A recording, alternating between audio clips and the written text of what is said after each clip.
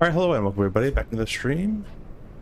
We're taking this Cold and Dark RJ from Toronto to Charlottetown, PEI in the CRJ version 2. As you see, the weather outside's pretty gloom, a little bit of snow. So we'll see what we might have to get de-iced and anti-iced later on here. But we'll take it as it comes. I'm just going to do the last little things on my end, and then we'll get going in the flight deck.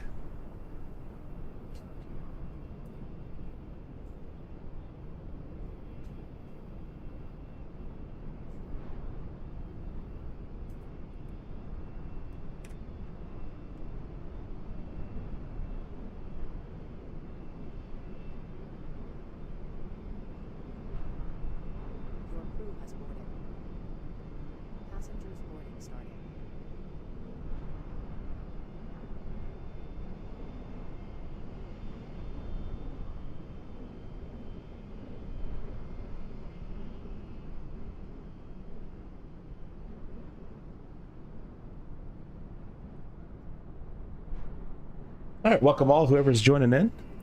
On this, is it Monday, Tuesday? Tuesday. I don't even know what day it is. I've been waking up at 3 AM for the last 2 days. I've been called out today, did another Newark turn. And, yeah, I land at 10:30 and get home and sleep. So, I forget kind of what day it is. But, yeah, we're in the RJ version 2 like yesterday. Gonna be going for a spin. The reason I'm picking PEI is because they got a lot of cool little RNAV approaches out there. And we can do a couple of them, and I can show you the new advisory VNAV and how to do an RNAV approach and all that kind of stuff. So I'm gonna have this stream a bit more style towards a tutorial style. So I'll be explaining as I go, because I've been having requests to do that. So we'll start doing that. I told GSX to board crew, but they're boarding passengers now. So anyways, let's get going. It's like a real gate agent, I guess, right? They just start doing. So anyways, let's go to the EFB. We'll go flight plan. I'm going to import the OFP, which is our operational flight plan. We're not going to send it. We're not going to set. We are going to set payload. But I think I've already encountered. Those should go blue. But not going blue. All right. Quick restart. It's because I updated my nav data again. There's a new hotfix that came out. So I updated my nav data, and it probably screwed it up. So we'll try again. You go there. Are people still boarding? Oh, people still boarding. Let's restart these guys.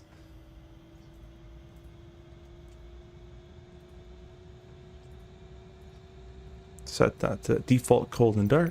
GSX. Restart. And restart. Off to a great start as usual. Hope you guys are doing well, though. Keeping out of trouble. All right. Let's get this going now. So we got GSX. Now, GSX, I actually learned the other day by going through the settings. If I go to options, next page, next page, next page. Oh, no, this was the right one. There's GSX options. So they'll do the door handling, close the doors. They'll do the refueling and close the door after deboarding, which is kind of cool. So we're going to try that. We're going to click, we'll start with catering. And then we're going to go, I don't know, we're getting all this bouncy stuff because it's, I have FS Realistic running. And for some reason, it likes to bounce. I don't know why. But it does. So I try to turn it off, but it doesn't work. Anyways, we'll try this again. OFP, import. It's still not going blue. But I'm going to see if it changes, and we'll see what happens. Sure, if you go to 61, I'm going to press set payload. 61, yeah. It should be going blue, but we'll take a screenshot. I'll send it over to the powers that be, and I'll just do it the good old manual way, which I was going to do anyways. So let's get GSX. The catering has started, I think, and boarding should be starting here shortly. There's the catering truck coming in from the left-hand side. And we'll get boarding done as well. So first time, it's the first flight of the day in the aircraft, so you're going to step in, you walk through the door, right? This is kind of roughly Yeah, basically, well, for me, you're right at the top, so you kind of have to kneel down and put your bag on the seat. Take a look at the... Get out of here. Both. Take a look at the circuit breakers, and you just verify that everything is... see, they... Oh, real quick, they automatically open that door. See that everything is pushed in, and if it's not pushed in, then it's probably written up in the logbook of why it's not pushed in. Then you go through a safety check. So I don't think... Let's see if there's a built-in one. They have an originating check, but our safety check would just to make sure that everything is in the proper position. So the gear's down, the flaps are up, the reversers are off, spoilers are retracted, the thrust is cut off, the steering is off, the hydraulic pumps are off, ADG manual deploy is stowed, the landing manual is stowed as well. So we're kind of just making sure that everything's the way it is, which and the parking brake is set, stuff like that. In the sim, when you press cold in the dark, it's all going to be set for you. So. What we are going to do is going to go to the EFB aircraft. We'll connect the EFB, or connect the ground power on the GPU. And if I go back here really quickly, I'll show you. I believe you should see... There's the catering truck. You see they automatically open the doors. I didn't do any of that, so they automatically do that now. There's the crew coming.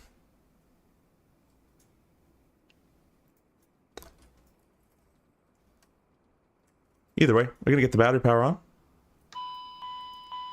And we'll check the electric page. We're looking for, obviously the AC power will be off because there's no AC power. It's just DC power right now in the batteries. We have 22 volts minimum, and we have 26 on each or more, so that's fine. Happy welcome. He looks like the ship captain. Yeah, he does, doesn't he? So that's all good. We're going to go press the external power now. And you can see all the buses and everything's being powered up nicely. The external power is providing power to bus 1, bus 2, and the essential bus and service bus. So everything's looking good. Back to the status page, and nav lights can get turned on. And this is basically about the time I'd go out for, or whoever's at the plane would go out for their walk around. So, I'm not going to do one today, but I like to start on the left, and I kind of make my way this way, and just do a full run around.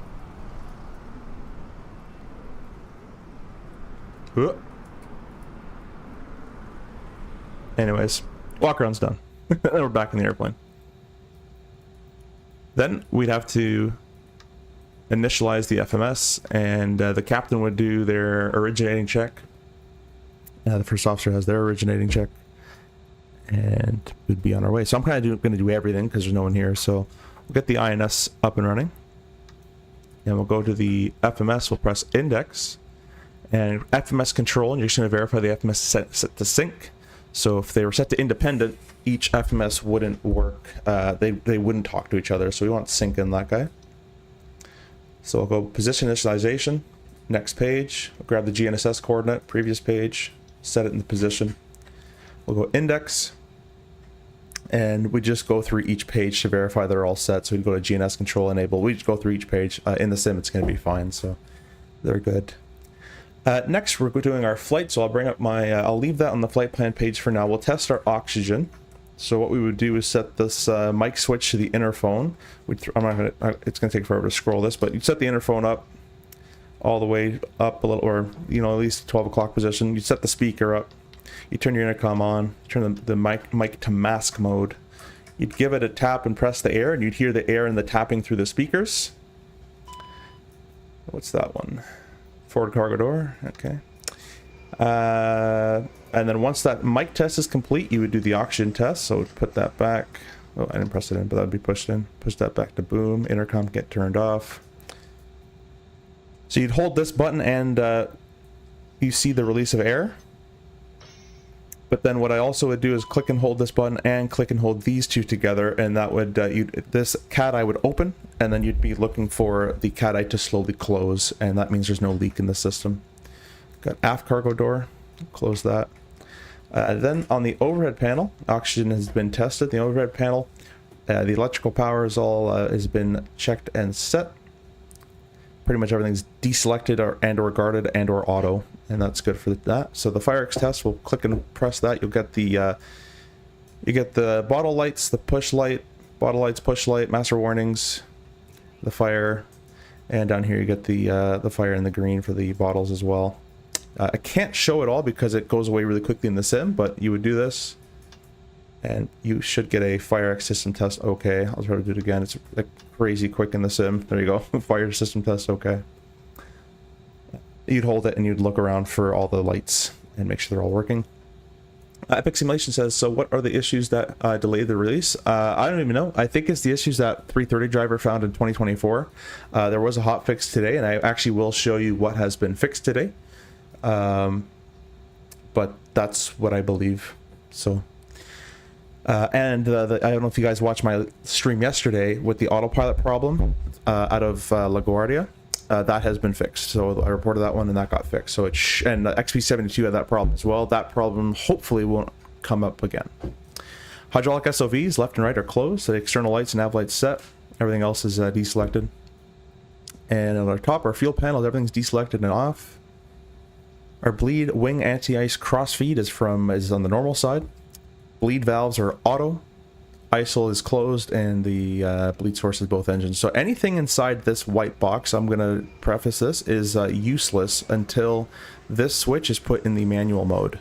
Now you can open the ISIL switch, now you can do that, but you don't need to do that because if you leave it in auto, it does it for you. So I see a lot of people click these around. You don't have to, you just leave them.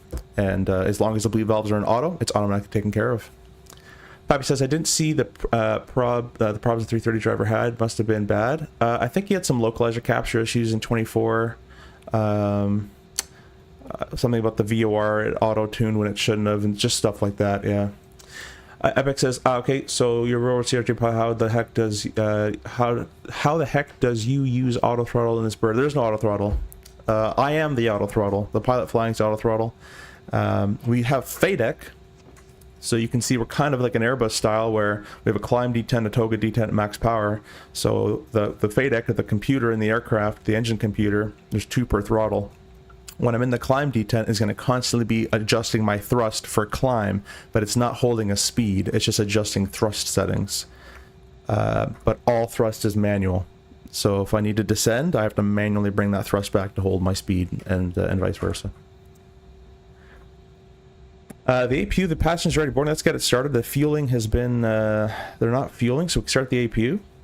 Click the power fuel once. You're going to get the gauges. APU door open shortly. The APU bit test is complete. LCV open, SOV open, and the door is now open. And we'll click the start button.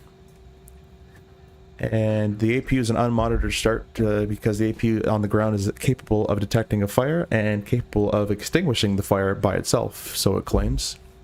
Epic says, then what's the point of speed mode? I use it all the time. Yeah, so speed mode is a mode for climbing. It's a vertical profile mode. So instead of climbing on vertical speed where you're not speed protected, so as an example, if you did vertical speed 3,000 feet per minute and you're in max thrust and you're still losing speed, that's because you have to dial in a lesser feet per minute.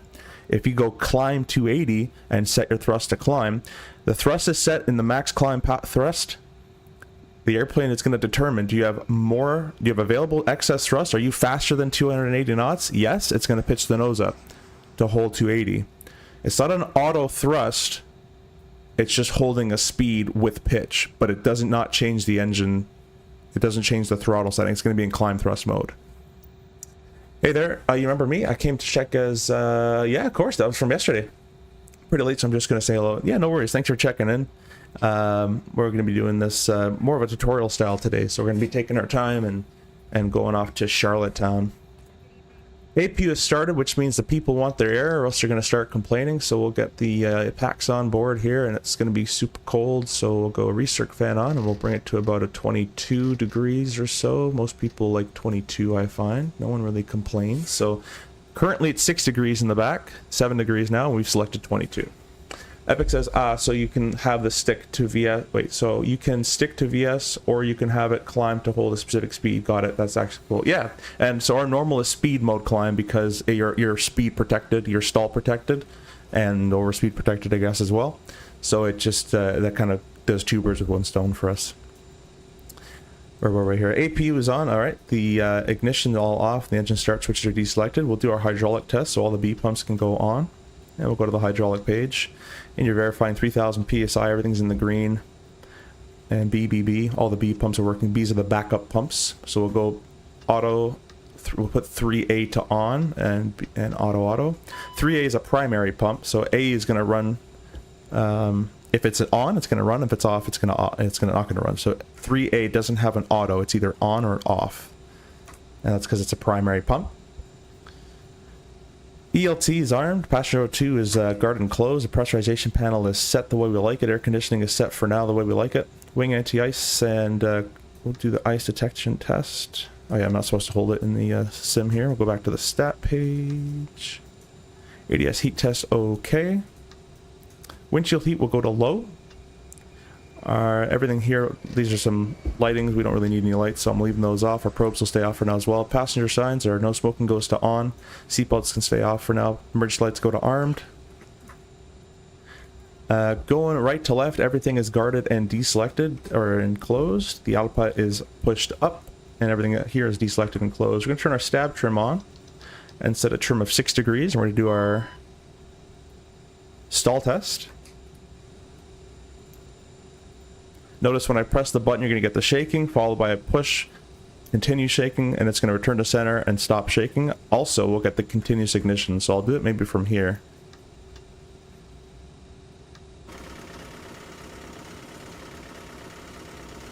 Skymaster, welcome, hello.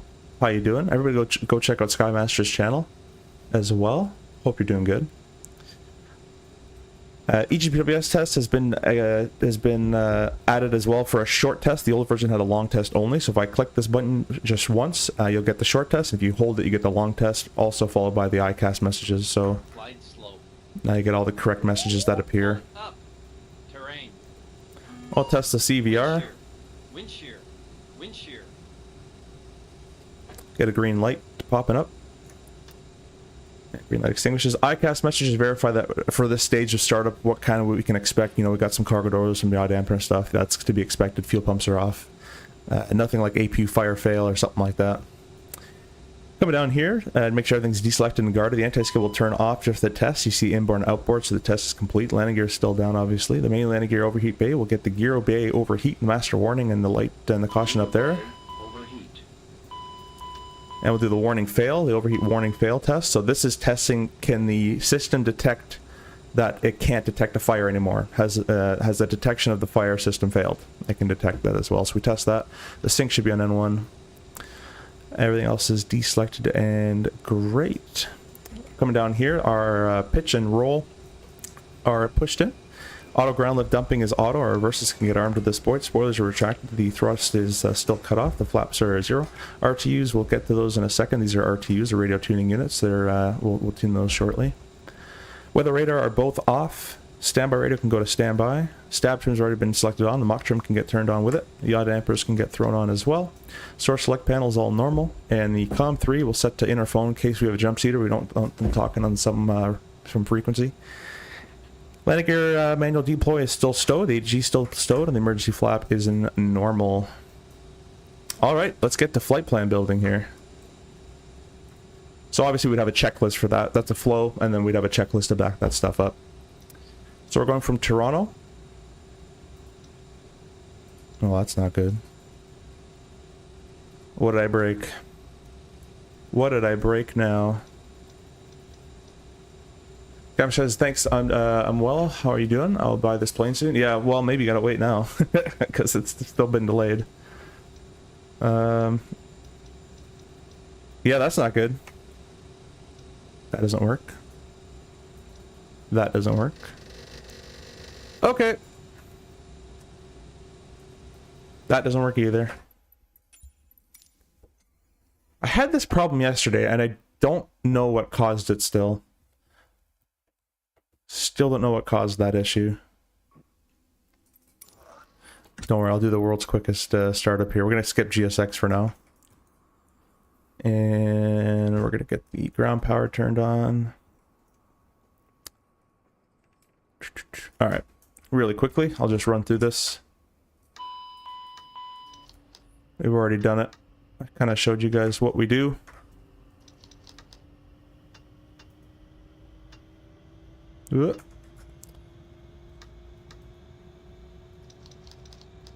Alright. And we'll get this. Go away. On. Position, next page, grab that even though it's not there. There, cool. Don't know why it didn't work. But, yeah, that was kind of strange, wasn't it? We'll leave all the doors and stuff closed. I'm going to try entering the OFP once again. Probably says, Wasm crash? Maybe. Yeah, I'll have Hans look at that in the stream after. Dirker says, Flight Streamer had this problem as well Sunday night. His sim froze while typing the FMC. Yeah, I think it has to do with importing this OFP. I don't know for sure, but I'm going to try clicking it once more. There we go. Now it worked. Notice how we have the blue. It didn't turn blue last time, so we're going to set payload. We're not going to send FMS. I'm going to show you how we type it in manual like in real world. And our fuel, our planned ramp is supposed to be 10,007. 10,008 is okay. We'll set that payload in the simulator. All right, with a trim of 6.5. I know. I'll wait. Yeah, is this the V2 out? The V2 is not out. No, but I'm able to at least showcase it to you guys now. Let me get my yoke. I actually didn't plug in my yoke, which might cause some other problems when I plug it in. Eurotex says videos are great. Would you mind discussing the pitch trim sync button and how that is mapped? For sure, I can talk about that. I can show you how it's mapped very quickly, and I can talk about what it does while we take off, if you like. Just gonna get my yoke here plugged in, or mounted up and plugged in.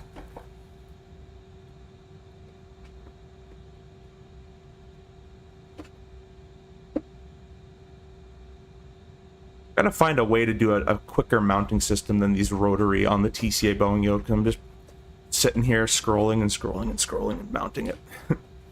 Anyways, we're gonna plug this in. This will definitely freeze the sim for a couple seconds.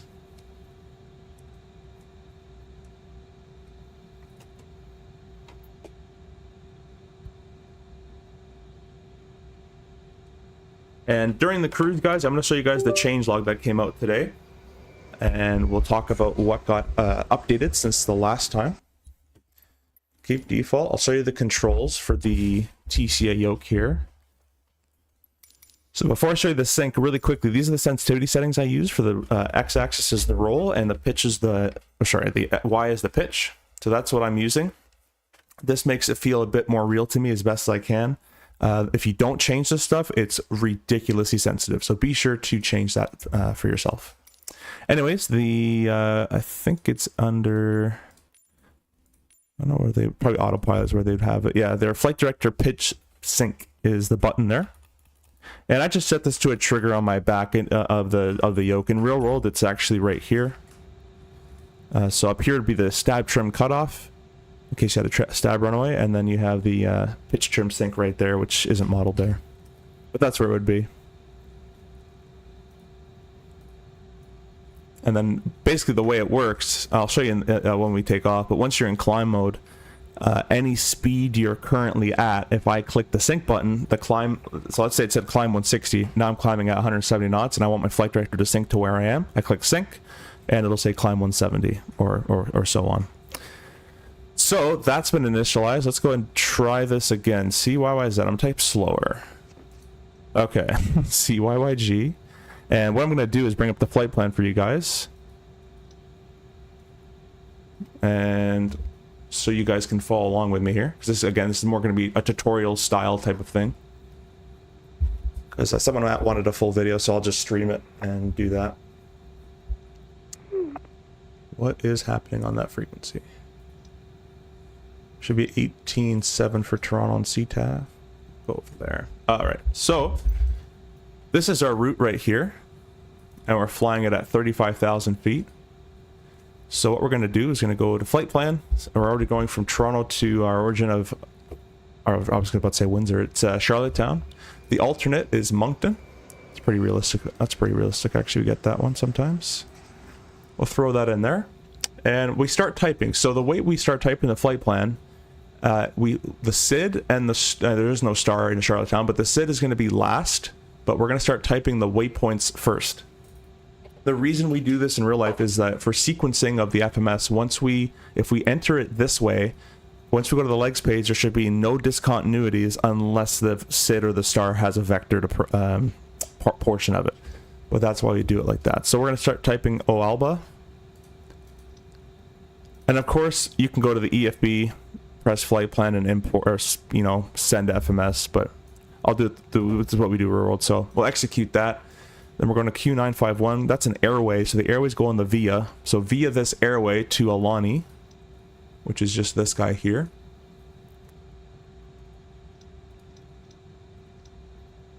And then direct to Davda.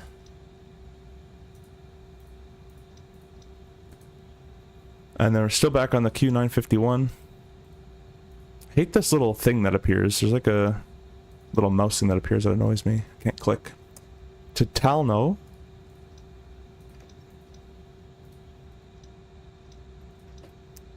And then the Q, there's a lot of airways here. Q929. To Toxel.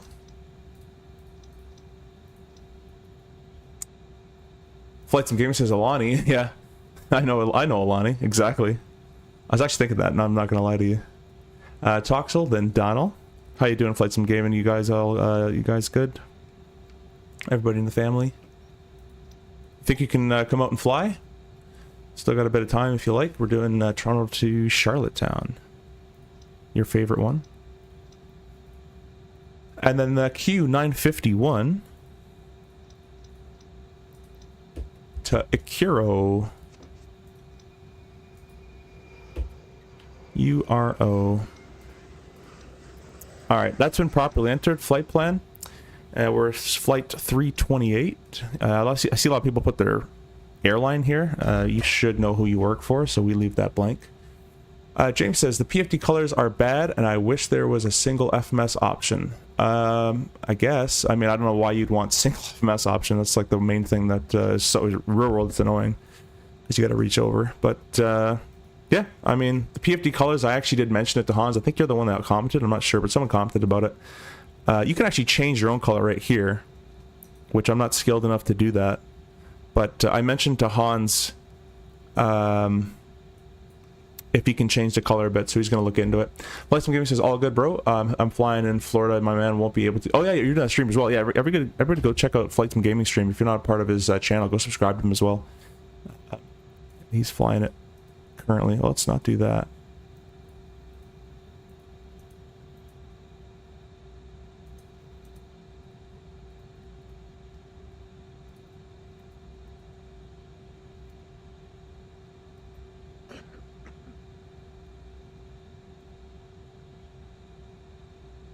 That looks better. We'll see. Alright, so that's all been entered in, and we're going to go to the departure. Let's get the ATIS, if there is one. I don't think there is one, so let's go over here to the EFB, and we'll go to flight plan. And if I move over here, you guys can see the weather. If you've never seen a METAR before, this is a METAR, or a weather report, and it's not a forecast. Forecasts are TAF, so you can change it to TAF if you like, but it's Toronto as the date with the time in Zulu. So it's 21:22 Zulu. It's kind of weird. Usually they're on the hour, so this usually means that's a specie. But anyways, the wind is 260, 13 gusting 22. I actually landed into Toronto today, earlier at it was 10 a.m. It's 19 gusting 22 is a nice little landing there. 15 statute miles, light snow shower, few 3,000, broken 4. So they got light snow, plus it's going to be 3 degrees. It's not technically below 0, so we don't need to spray unless we've observed ice on the actual critical surfaces. We'll say we haven't, so I don't want to spray in the sim. 29 or 89. And so they're going to be using the 2-3 obviously for today. We're going to click B because it's going to set the speed for the altimeters for us. That's weird. Should be setting 2989. We'll get back to that in a second. Anyways, it's going to be the dead key 3, the all alba transition, runway 23. Click all alba again. Execute that. Performance, our fuel, we're loaded with 10.8. APU, let's start up the APU here as well. Look for the APU and bite test. Is complete. ACV open, SOV open, AP doors open, and you got the gauges there. We'll press start. James says 1 pilot, 1 FMS makes sense to me. I mean, sure, whatever you want, man. Doesn't to me. Because for real world flying, most RJs nowadays, airline world there too. So for me personally, I'd like to keep it that way,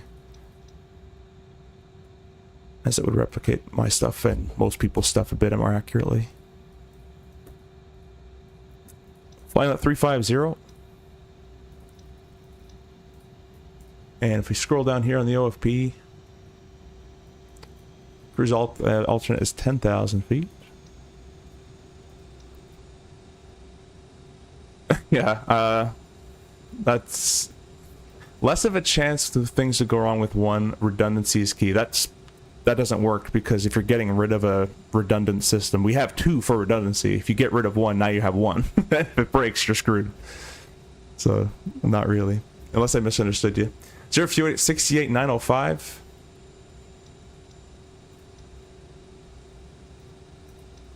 I'll agree it's more maintenance, but it's definitely not more redundancy. So 058 plus fuel equals gross weight, or 79.7, with the taxi fuel is about 400, so we'll be taking off around 79.3 or so. Next page, our ISO deviation can be found up here. It's 3 degrees. Plus 27 for the tailwind. Plus 48 in cruise, and we got a plus 42 on descent. So tailwind's the whole way. That's great. Next page. And our off time is 22:30. Kind of late on that after the million restarts we've had done here. Reserve is 1659. A bit higher reserve than usual. A taxi fuel is 400 as default, and they plan 500, so we'll plan 500.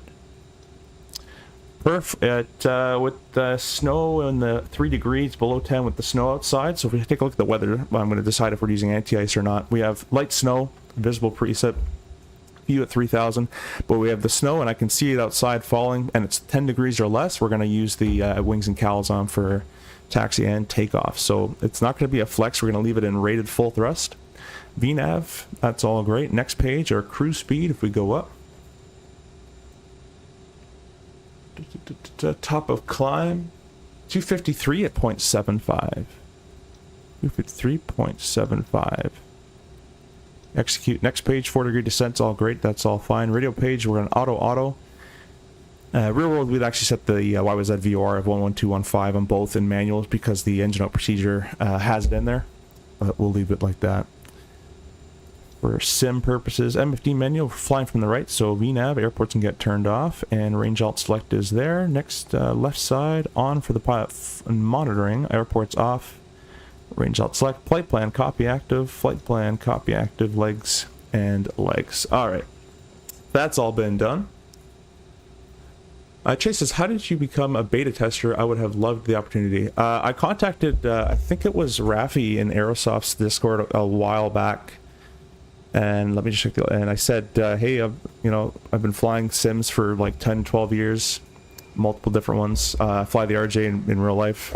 So if you'd like some help with it, I'd love to help test it. And they said, sure. Taxiing runway 23 departing to the west. So the electricity, the electrical power has been transferred from the ground power to the APU. Everything's still being powered up nicely, and we'll go to the stat page back on that guy. We'll deselect the ground power switch, and we'll tell the ground crew that they can disconnect the ground power. Turn that off, disconnect the shocks. Let's get GSX connected.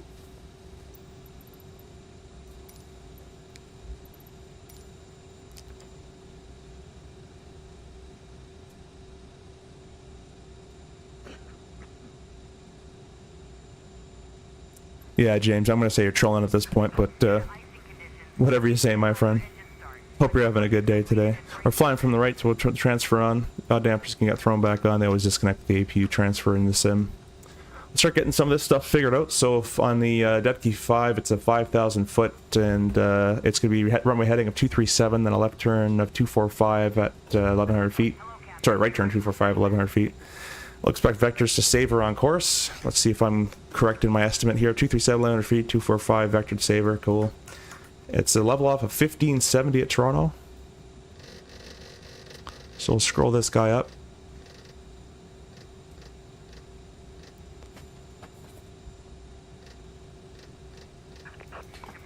And we'll click the magic B button. Yeah, B still get me 2991, so that does look correct though. 570 in Toronto is correct. We'll set our V speeds up here.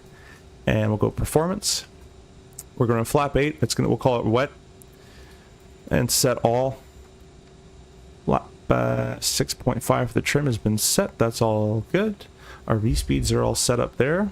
Let's set our clock up properly. We'll go mode, we'll go to GPS, we'll click ET so it's zeroed out.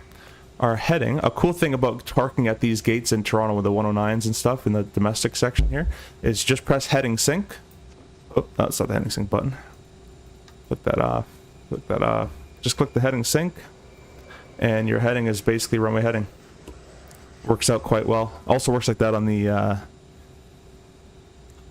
US side, the F gates. You click heading sync, and it's 057 for the 6s if you need it. Cool. Let's go ahead and do our before start stuff. So the APU, the hydraulics are on. The APU is on with electrical power. You go away for now. Seatbelts can get turned on. We'll set our cabin pressure, landing altitude actually, index, default, database, CYYZ, or CYYG, sorry. There's our landing altitude. 167, so we got to change this number to 167, or probably 170. 1, 2, 3, 4, 5, 6. That's way too much. Pretty close. Good enough. That's been set. The anti-skid's already been tested. The guys are already connected down there, so we're going to go doors page. Is all closed in green. Fuel pumps can get turned on. Steering is off. We've been cleared to push because there's no one to clear us. We'll go beacon light on. Transponder on number 2. And I'll tell these guys we're ready to push. And no. Facing northwest. Park and brake off. We'll bring 2000 over on this side as well.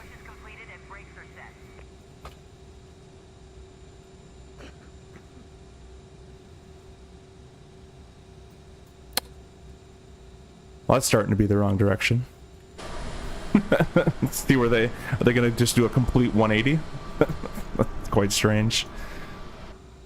We said northwest, not, yep.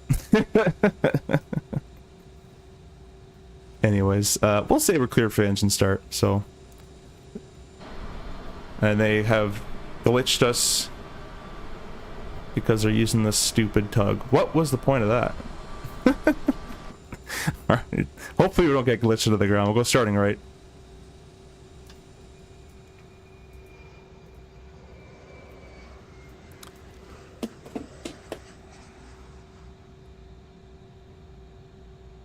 Yeah, sheet metal can always be fixed, exactly. Alright, so we're looking for an N2 of 20% and an ITT below 120 degrees, which in the sim it's never above. Add fuel on number 2, so by doing that you just click in the rearward to click the D10 out and throw it over the D10, but in the sim you just click the white part. Click it forward. Chase says I fly a plane in real life too, but I think the chance is past. The chance to fly an RJ, or what do you mean by that?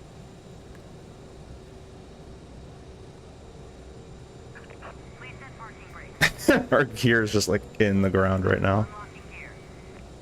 I'm gonna restart whatever this thing is called, and hopefully we kind of just get like bounced back up. Hey, all right. Brake temps are still good. Cool. Start a cutout. And the first flight of day, I actually should have did the left engine start. That's my mistake there, but we'll do a fuel check valve here. Turn the fuel pumps off. We get the 3 messages. Low fuel on the left because the left engine's still off. Fuel pump. Engine still runs. Alright, starting left.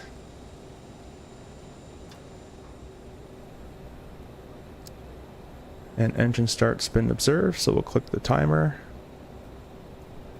Again, 20% N2, less than 120 ITT. Oh, and says, is the flight plan supposed to... Oh, you know what? My mistake. I keep doing that every time. Thank you so much for that. Yeah, I did it for the FMS stuff so you guys can follow along, but... We'll add our fuel.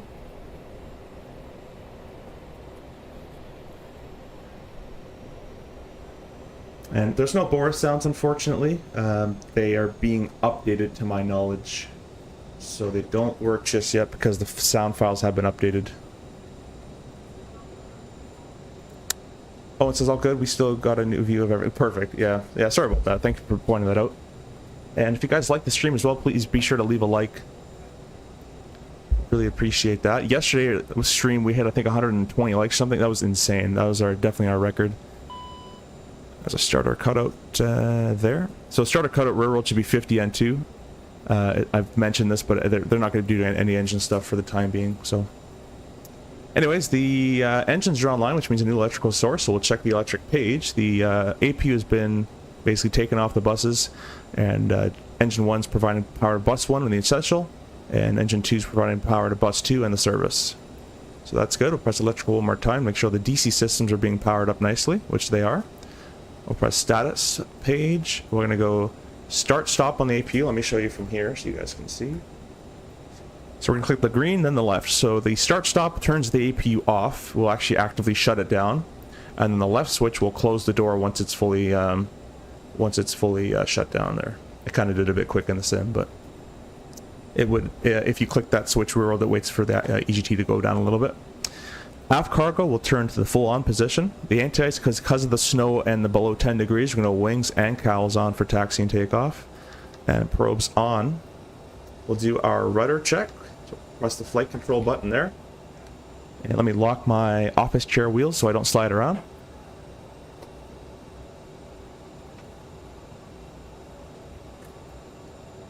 We'll go full left. And it should hit the bar. Mine doesn't because I have those settings that traffic, just to make it more. It's just the way I've set it up. It doesn't hit the end, but there we go. Status page, rudder, or sorry, steering is armed, and taxi light on. So taxi-wise, I probably should have got my charts out. From memory, it's Alpha Kilo, Alpha Hotel.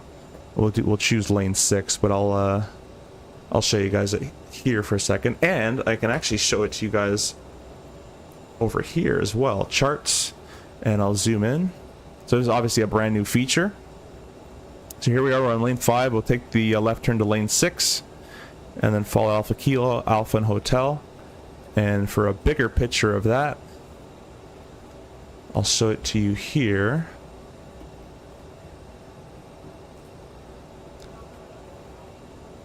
So it won't give you all this information, but lane 6 is the inner corner here, then Alpha Kilo, all the way up Alpha to Hotel, and we'll do 2-3 from Hotel. And I should have briefed you on the departure. I can give it to you now. It'll be a runway 2-3 from Hotel, flap 8, full rolling bleeds open, anti-ice, wings and cowls on, continuous ignition is not required, visibility is okay, and more than 1,200 RVR is required, so definitely more than that.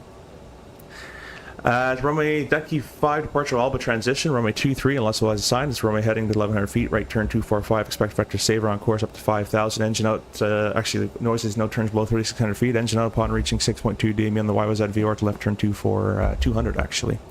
And level 1570. Alright, consider yourself briefed. Cool. Let's go. Park and brake off. Chases, have you noticed any changes in the systems? I saw someone fly V2 earlier and the automation started to mess up on an ILS. I haven't noticed that. I saw a 330 driver do a VOR, and on the VOR in manual mode it did tune, it's still auto-tuned in manual mode, which it shouldn't have done. That has been hot fixed today. There was a hot fix that came out for this update, so apparently that's been fixed. I haven't tried it, I just got home. Actually, that's not true. I did a Newark turn, got home, and slept because I was a 3 a.m. wake up. Cruise sched calls at 3 a.m. and as soon as you get home you want to sleep. So took a nap and got online and now doing it here. But I believe the issue that 330 driver had has been fixed, but the systems so my perspective is it's a free update. The update didn't have to happen, so I'm glad it did.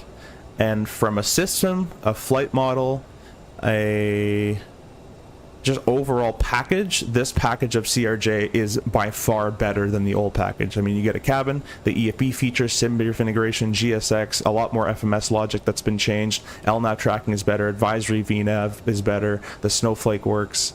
So just a bunch of stuff. Let me tell them I'm taxing here on the frequency. 18.7. Toronto traffic, it's Jazz 328 taxiing Alpha Kilo, Alpha Hotel, hold short 23, Toronto. Aviator says, I tried to fly this plane years ago. How do you know how much thrust to input when you are not climb throttle? So there's a trick for that. There's two tricks for it, but the main thing is on the CRJ we have a speed trend. So if the trend is trending upwards, which means you're accelerating, you know to reduce your thrust, and vice versa. If the trend is decelerating, you know to increase your thrust. And then in cruise, it's a good... Is that guy landing on 3-3? Oh, we never never do that in Toronto unless the wind is like 40 knots. But anyways, in cruise, you're going to set 1,800 pounds per hour on the fuel per side, roughly. Give it a second, let the airplane stable out a little bit. And this is Alpha on the right turn here. And then what you're going to do is you're going to zoom in as much as you can see to see that trend arrow, and you're going to make the smallest of tiny little micro throttle adjustments. And you'll be able to hold speed just fine. I'll show you in cruise if you stick around. We'll show you today. By the way, I haven't touched the thrust once. It's been idle this entire time with the wings and cowl anti-ice on, because when you turn the wing anti-ice on and the cowls together, the N2 increases. So basically you have an increased thrust, because if at idle thrust the engine cannot provide enough bleed air, it can't take enough air away from the engine to provide to the wing and the cowls for anti-icing ability, so it increases the thrust, therefore more air. So we're just taxing like this, and that's quite normal. The airplane will start moving on its own power. Maybe not quite at this weight. We're quite heavy at 79,000 pound takeoff, but definitely at 75,000 or so, it will start moving. Chase says, I get it. I got a 3-day tomorrow. Oh yeah, exactly. Where are you going tomorrow? Ivy says, what is the snowflake? The snowflake is advisory VNAV, so once we get in the, it'll be more in the descent. I found it only starts to work after the top of descent queue, but you'll notice there'll be a little white snowflake, and it's our VNAV path, advisory VNAV path. And so it's very useful for RNAV approaches and stuff like that, because this airplane, we're flying the non-NG variant, quote non-NG, which means we don't have the VNAV on board. If you go watch my newest short, I released a short on YouTube today with an RJ in real world that has VNAV, because I keep getting questions about VNAV. The real CRJ does have VNAV, however only the next gen version does, and if your operator has it equipped with it. On traffic Air Canada 409, we'll be exiting Bravo 4 Alpha to gate. Pappy says, I'm so glad they updated, and for 24, this is one of the planes I've been holding on to 2020, just the MD-11 777F and the Embraers, that I can't wait for 24. Yeah, I actually don't even own 24. Well, I do. I refunded it and then I want to give away, but I don't even have it installed. Actually, let's get working here. Flap 8, we're getting close to the runway here. I'll comment on that in just a second. So flap 8, we'll go ahead and grab the manual, the autocross photo manual. Go flight control page, full left, neutral, full right, neutral, full down, neutral, full up, neutral, back to the status page. We would check that the N1 value is sufficient for takeoff with our ACARS takeoff report, which I don't have. I think they might give me one here. Takeoff. Doesn't give me an N1 value, just tells me to flex temp. We're not going to flex because we need the anti-ice on. Oop, let's go back here. But anyways, yeah, so I have 24 installed because I'm in a right seat setup, and my yoke, the TCA yoke has a hat on the right, which is an access, and I use it as trim. And in this sim it's fine, but in the new sim I can't use it as trim, so I just don't use it. Plus the sim runs like garbage for me. I did like a day of different settings and all sorts of stuff. I can get it to work right. I hate that it has to stream internet and all that kind of stuff too. I got 3 gig speed, so it shouldn't matter. I just don't like it. Chase says DCA, oh yeah, so a little bit of DCA action there. You're doing that, that's it? For 3 days? Probably gets a little stale there, eh? Yeah, with my company, the Embraers do a lot of LaGuardia. So they get a good fix about that. Seth says, send those PFD settings, haha. Yeah, I actually just did it right now. I don't know if they're, I mean, they're pretty decent, I think. I just said it right now, but I'll show you guys what I did. I set it today. I just did it in the stream, actually. These are the settings I just set it to. So take a screenshot of that or something, and then I'm still going to work on it, but that looks, maybe I'll make that a little darker if I can. And that's, I want to make it just kind of that color, but let's see if I lower the brightness. Yeah.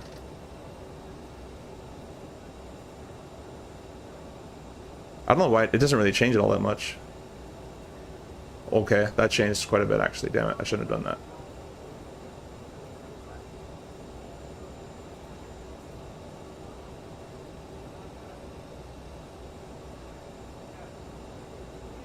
Okay. I'll go back here. I'll lower the brightness. It's kind of weird now. But it'll have to do, I guess. Alright, anyways, let's get going there. Toronto traffic's Jazz 328 lining up runway 23, Toronto. And I can't quite see, so we're clear right. Oop, stop bars are out of the way, so we can taxi on. We're clear left. We got a wind howling from the right-hand side. That's pretty normal there.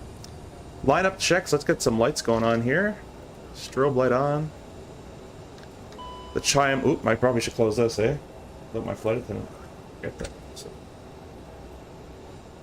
Yeah, the chime sound isn't correct, but it at least chimes now. So that's good, I guess. We'll see if we're clear for takeoff. It's a quite IFR day, so we'll throw all three on.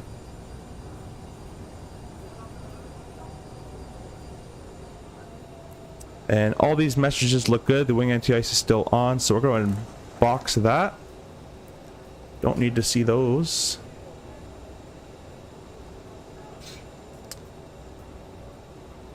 Okay, TOTO. Don't know why it says path. It shouldn't. G3 is verified. Lights on. You guys ready to go? And it's going to be a yoke down and to the right for our wind today. So a bit forward and a bit to the right. Quite significant to the right, actually. I'm doing more than it shows in the sim just because the animation isn't correct. We'll go set thrust with the 2 clicks there. 80 knots is checked. I've dampened my rudder quite a bit, but it still seems to be quite sensitive. But it's definitely a lot better than default, that's for sure. I'll go V1, rotate.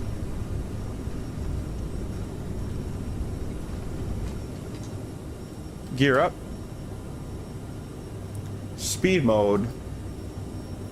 Climb 160, nav mode, heading FMS2 armed.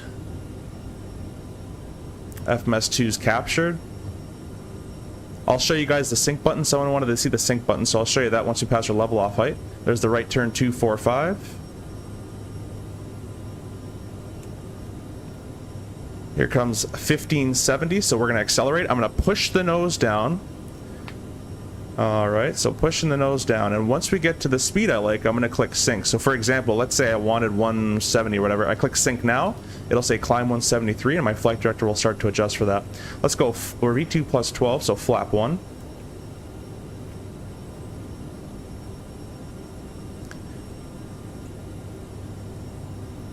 And I want to hold around VT speed, so I'm going to click my sync button around VT. You go flap 0 with VT minus 15, start nosing up a little bit, and sync. Pretty close.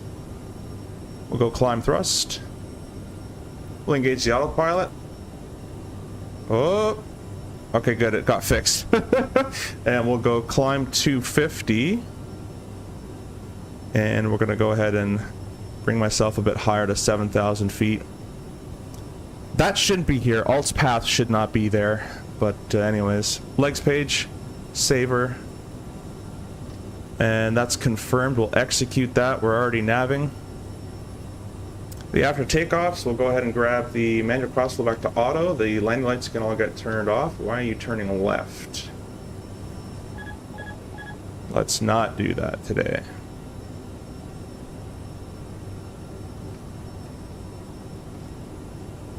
Saver. Execute. FMS2. And we'll throw it back on the autopilot here and see if it can do it.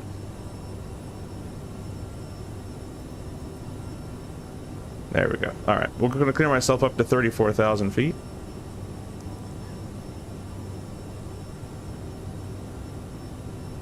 And it's going to re-accelerate itself back to 250.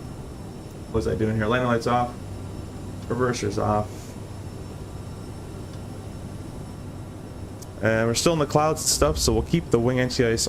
Actually, it's, yeah, no ice lights, so we can take out the wing, technically. I'm gonna wait a little bit, though, because I'm sure the ice light will come on shortly here.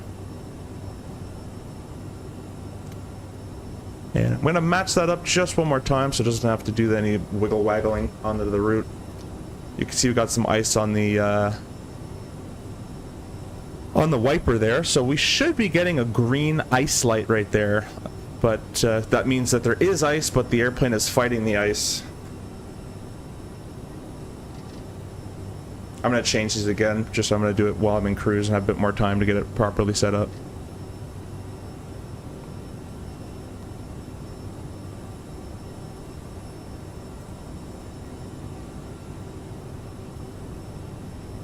Alright, we'll go over to the Unicom frequency 22.8.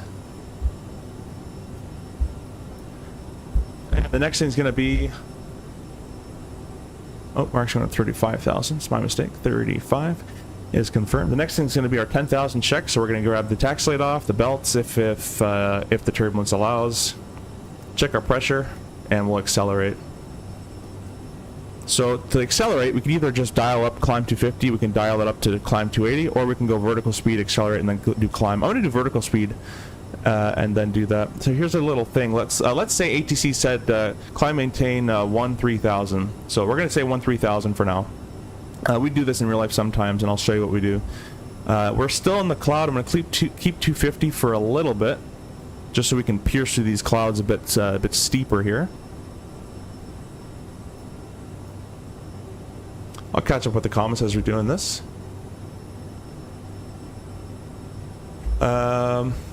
Wish FIRFOEF. Yeah, I asked for that. Apparently it's a lot harder than I thought it should do. Jayford says 24 hour hasn't oh, I put my miss in. Pappy says, yeah, it's so strange. 24 runs better for me than 20, but many people have the opposite. Yeah, for me 2020 runs amazingly, but Jayford says 2024 has improved a lot since launch. I also get better performance in 2024. Kind of curious about the trim thing now though. Yeah, I'll have to try again for me. Shay says, yeah, that's day 1, 2 legs, then the next day, and 3 legs. Sorry, that's 12 for 13,000. And the last day I'm based in DCA, so for the most part, that's where I operate occasionally. Oh, that's awesome. Yeah, I was in DCA yesterday. We got an AltsCat message, so we do this sometimes. If we don't think we can get any higher any sooner, we'll just go climb. We'll just select our speed to 320. Now they're out of the soup as well. We can go up a bit more here, and you know you're gonna be accelerating and you're gonna be level at 3. I'm gonna take a screenshot of this. It shouldn't be saying these random. It shouldn't say speed. Speed's not armed. You can't arm speed mode. I'm gonna put that right in the bug reports right now because that's bothering me.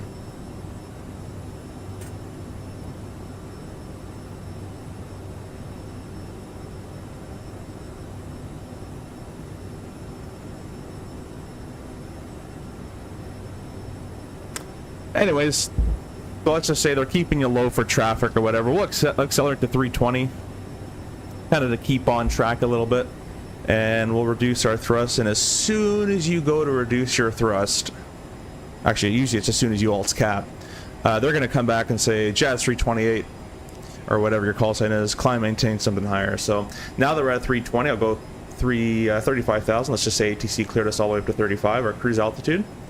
Instead of clicking speed mode and jamming up the thrust, I'm going to do vertical speed. And we'll do about 3,000 a minute. Now it's kind of reacting a little too quickly. And we're going to slowly increase our thrust back to climb setting. And we got climb thrust observed there. Out of the soup, no ice light. The wings and cowls can get thrown off. And notice we're still accelerating, so I'm going to keep going. Let's go a bit more. We're going to set 280 on this guy. Our goal is 280. That's our normal climb. So I'm just going to go vertical speed and work myself back down to 280. And the reason this is, it just kind of feels nicer, is if you do it properly, the airplane's going to slowly come back down to 280, and you'll click, and then you'll press speed mode, climb 280. If I did speed mode, climb 280, and climb thrust, the airplane just jolts straight up. Because you're at 320 knots, you have so much excess thrust, everyone's going to go flying. So we'll keep the belts on for a bit longer. Seems a little bit bumpy still. I'm using FS Realistic, by the way, guys. Grandpa says flying from the right side, eh? Yeah. That's where I do. I'm not left seat yet, so I stay where I know. I says yo, welcome Isaac. Now that we're coming close to 280, I'm going to reduce my vertical speed, and I'm going to click speed mode. Climb 280. Transition. Push. Push. Push. Still blinking for some reason. Push. The reason I reduced my vertical speed before clicking climb is I just want to get that nose starting to come on down before I click speed 280, so it doesn't go too hard. These little tips and tricks you'll pick up real world type of thing. Grandpa says seems this thing is buggy. Not really. I mean, I had a couple startup problems, and I had that weird speed mode armed thing. But other than that, I'm having a good time. I enjoy this version way more than the old version, I can tell you that. And we didn't do my 10,000 check. I've been talking. So 10,000 lights out. The pressurization's checked. The belts can go auto now. And we're good to go. Fortnite God. So you're flying the RJ. So flying the RJ is just eyeballing it? A lot of flying is eyeballing it. We call it TLAR. Is what my old instructor used to say, at least a long time ago. That looks about right. You wouldn't believe how much flying is that looks about right. We do a lot of visual approaches in the CRJs to some destinations we go to. River visual into DCA, the stadium visual, and then LaGuardia. I've done a visual circuit in the CRJ, hand flow, no flight director. It's all TLAR. That looks about right. You're all hand flying it, right? It's all up to the pilot's skill level to just determine if it's going to work or not, right speeds and all that kind of stuff. Euro says, oh, that explains why I get those crazy pitch change. VS tricks should really help. Yeah, I hope you enjoy that. That's we do that real world quite a bit. Not everybody. Some guys just, they go climb 280 and jam the thrust up, right? And because they technically didn't do anything wrong, it just doesn't feel good. Grandma says probably buying it, bugs and all. She's pretty. Yeah. Well, it's been delayed a week. There's already been a hot fix. I'll tell you what actually came out today, guys, for the hot fix, if you want to listen in. So this is what the hot fix covered today, and there's still more to come. So reversion 253 is what I'm on. Fixed autopilot pitch control effects, non-exact alt, hold, and pitch up on mode change. So I think that one was when yesterday, if you saw my LaGuardia takeoff, I did a bunch of sync, and then I went, okay, engage autopilot. We were climb, I think, 250 or something like that with FMS2. And the autopilot pitched straight up to like 1,000,000 degrees nose up. And I've had this many times, and I've reported it many times. And he fixed one of them that I caught, but I didn't know what caused yesterday's problem. So I didn't know how to report it, but I still said what happened. XB72 also had that problem as well, but I think that's what fixed, because today I went to do the autopilot on and it was starting to pitch up like crazy, like just like very quickly, but then it caught itself and it didn't do it. So I think that's got fixed today. Fixed spelling error on service door, that's whatever. Fixed gap in left cabin with all the CRJ-550. Fixed issue with vertical directs causing the VNAV path only to calculate for the first constraint. Rounded vertical speed indication descent info page to 100 feet per minute. Activating a vertical profile mode, so that's getting fixed. I won't read that one because that's already a problem. It's going to get fixed again. Triggered GPS altitude callouts 2 feet earlier to cover sound replay delay. Yeah, I mentioned that one, and I think Captain Canada brought it up as well to me privately. That when you watch the stream, the callouts were a bit delayed, so it goes 50, but we were already at 50 feet like a long time ago. So that's been changed. We'll try that today as well. So that was fixed today. And there's still many more, and he does fixes almost every day. They may not get published every day, but there's fixes being done every day. Alright, so that's all good. And we're cruising away. Well, not really, but we're climbing away. Papa says, haha, flying by the seat of the pants is almost something you never get to sit. Yeah, you don't really get to do it too much. In real world, you don't get to do it too much either. It really depends on the destination. Most times it's ILS to ILS. But some approaches allow for that freedom. Disconnect all the thrust, flight directors off. Let's do it. And now it's, there's no auto thrust, there's no autopilot anymore, there's no flight director. So the CRJ does become a big Cessna at that point. Grandpa says, I love TLR approach. Yeah, exactly. Where did the TLR1 arrival? Followed by the TLR1 approach. Grandpa says, thanks for the stream. Also, yeah, I stream because you guys watch. If you don't watch, I'm not going to stream. So I appreciate you guys watching. I'd be talking to myself if no one was here. Fortnite God says, do you want Aerosoft to add any new things to the plane, like weather radar? Weather radar would be cool. Honestly, not top of my bucket list items. I would like to see the landing physics are already severely improved, or vastly improved, I should say, from the last one, in my opinion. Followed by, with my control settings that I have, I like them a lot more now as well. I'd like to see a bit more physics in terms of how sensitive the rudder is, that kind of stuff. I want this airplane to be a little less draggy and a little more slippery because it has way too much drag in the sense. Kind of that kind of stuff. A bit more system depth, some holds. The holds are still not working correctly, to my knowledge. So it's kind of system depth there. The weather radar would be a nice addition, though, like a properly modeled one with radar attenuation and all that kind of stuff. I don't want just a basic like satellite view of weather because that's not real. Either do it real or I'll just use ForeFlight or whatever.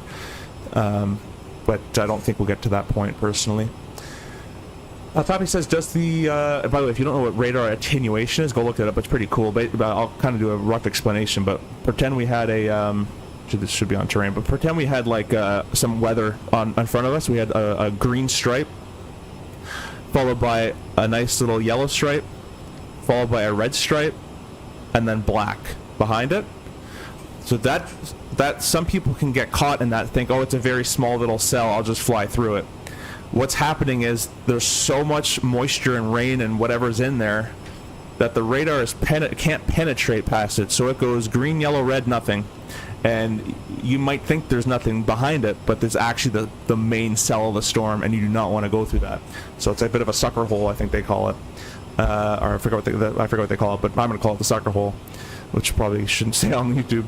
Anyways, radar attenuation is really cool. It's modeled really well in DCS. If you fly the Vigan and you fly with the manual radar that thing has, you can see radar attenuation as well. It's really cool. I think the F4 has it as well in the F14. Papa says, does this have sunshades? We do have them in real world. They are here, and you'd put them along the route. I can actually ask for that. I don't know if he can do. So the one developing is Hans. He's a by himself developer. I don't think he does modeling. I think he does more system stuff, but I can ask. But yeah, it can go along this entire track. That's where it ends there for the captain, and mine starts over there and goes all the way. So we just leave them usually over here, unless we need them. Jayfoot, I generally enjoyed flying this plane even as it was. The LNAV tracking when it's windy and the kite-like flight model were the most annoying things. Exactly. And LNAV has been fixed, and with my control settings, the flight model is better feeling to me. Blue Games, welcome, my friend. Big Cessna, that's so accurate. Exactly. Yeah, once you kick up the autopilot and kick off the flight director, you're just chilling. You're having a good time. A bit faster Cessna, but, you know, I think our landing speed, the V&E of a Cessna is 158, I think.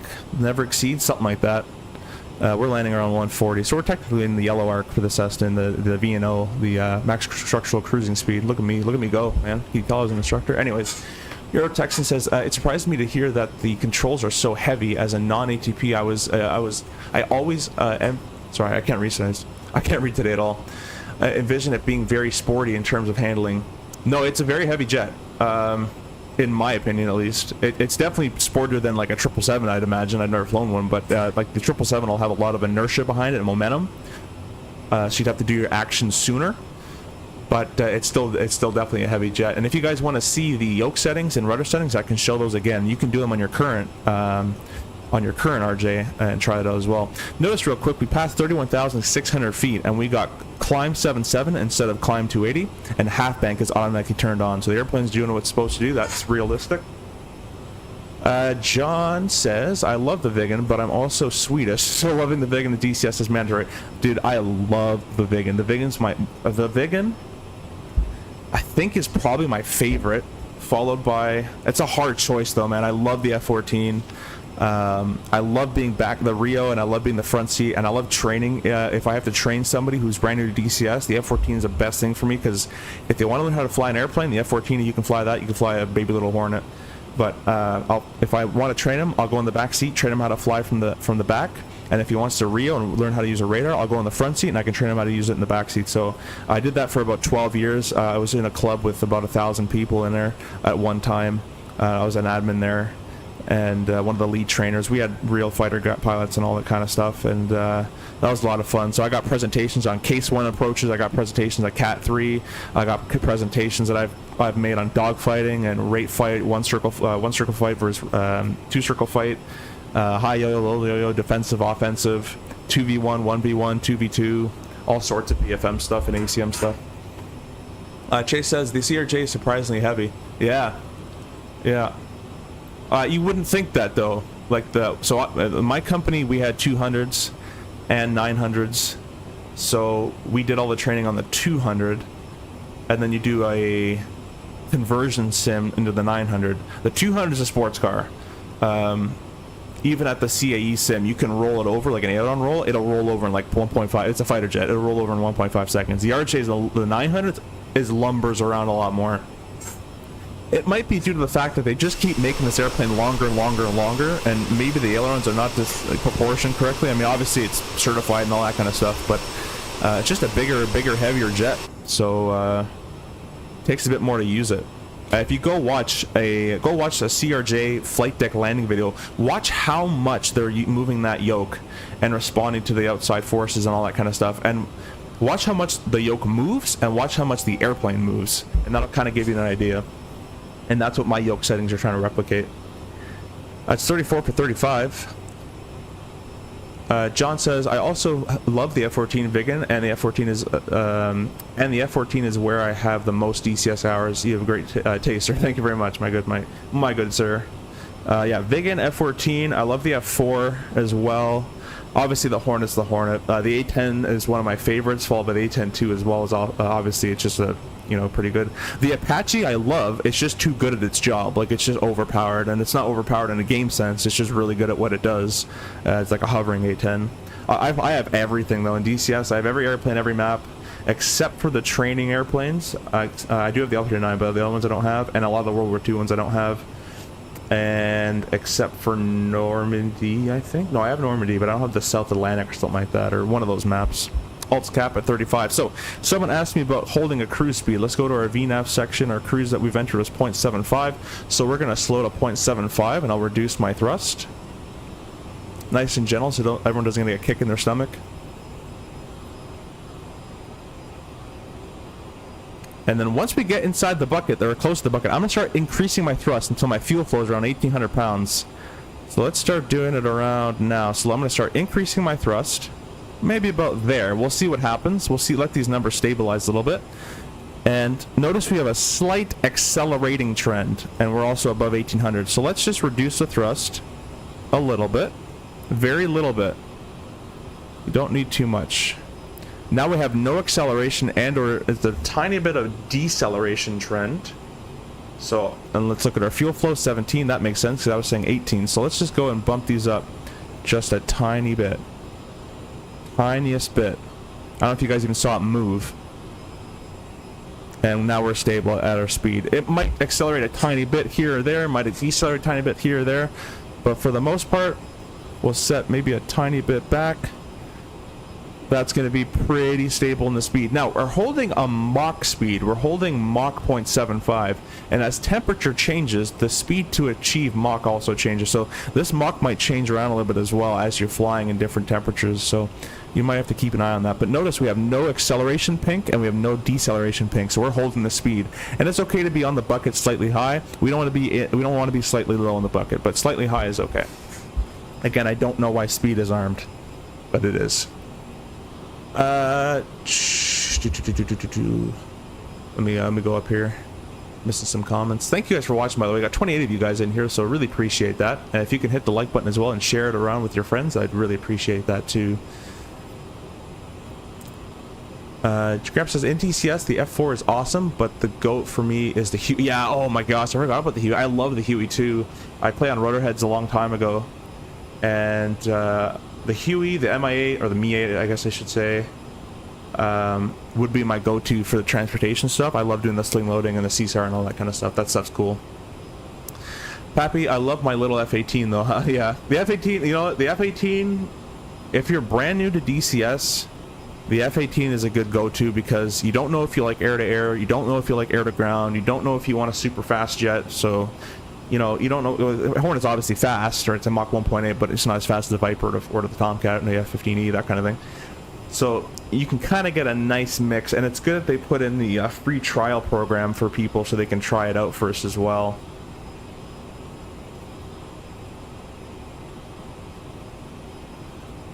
JFit says same size, control surface, but more weight. Yeah, exactly. I don't know if it's the same size, to be honest with you, but if you know for sure, then I would definitely explain that. John says I'm a bit of a nervous flyer. SAS has tons of CRJs, but they always feel so bumpy. Can be really windy up north here. CRJs are really jumping around. Yeah, the CRJ, it's a little Ferrari. I mean, it's not good. So, obviously I did all my training in Cessna where you hit your head in the turbulence, right? So the bigger airplane you get, just like a cruise ship, the bigger boat you get, the bigger ship you get, the more it rides the waves better. The RJ is starting to cross that line in the airliner. It's just a stretched out private jet, basically. But obviously a 320 or a triple will feel a lot better during that kind of stuff. And the CRJ-900, specifically the landing, the CRJ-200 was designed to land. The 900 lands very strangely.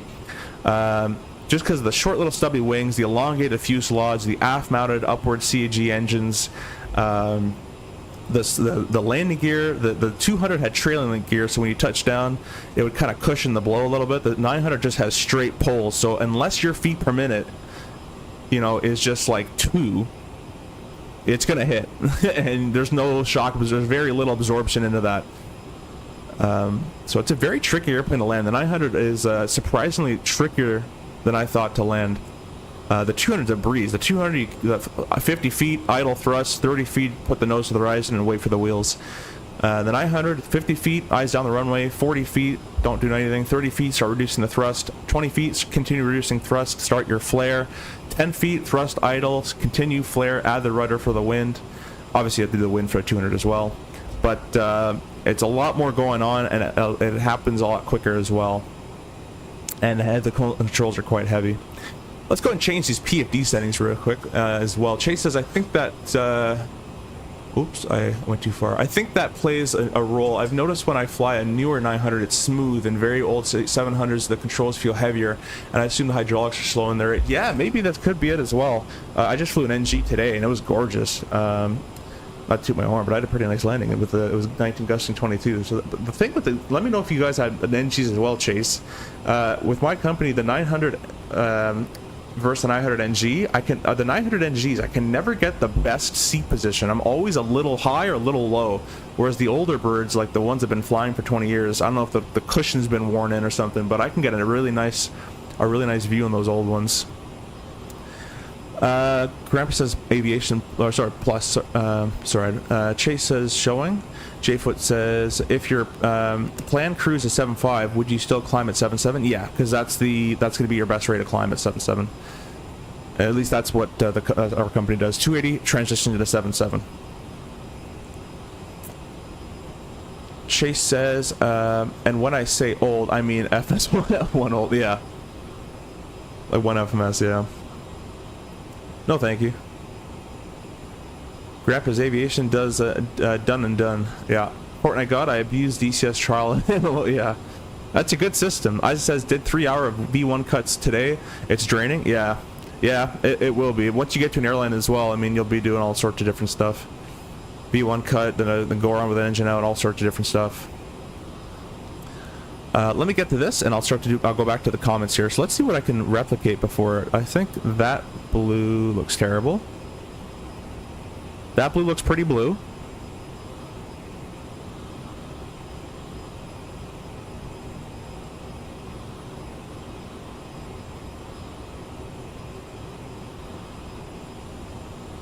See, that looks wrong.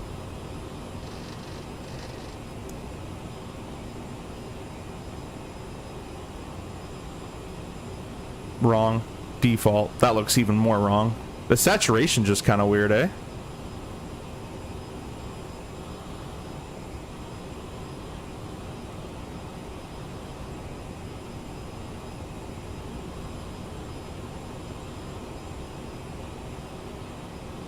It just looks like it's hard to look at. I don't know if that's just me, but notice how the speed's staying quite stable there.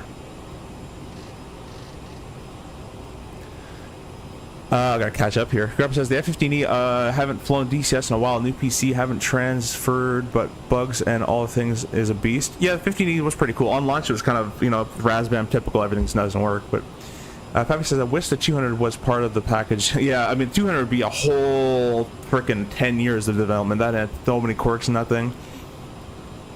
Pappy says I wish that. Yeah, oh yeah, I read that one. John says haven't flown DCS in a while. Need to get back into it. Guess I'm waiting for the dynamic. That's what I'm waiting for. I'm so burnt out. I've been playing DCS for 12 years, and once you can kill an SA-10 with a Christian Eagle, you got bored. So no, I'm joking, but. What do you guys think? Those PFD settings look good, or they're kind of weird? The color looks good, but then the pink kind of gets lost in there with the flight director.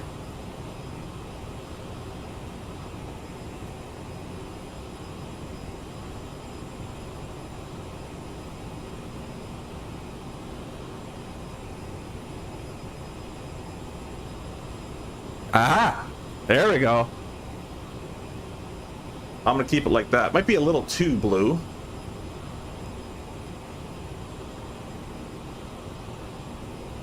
There we go. I think I like that. That looks pretty good. I'll show you guys the settings if you guys want to copy these down.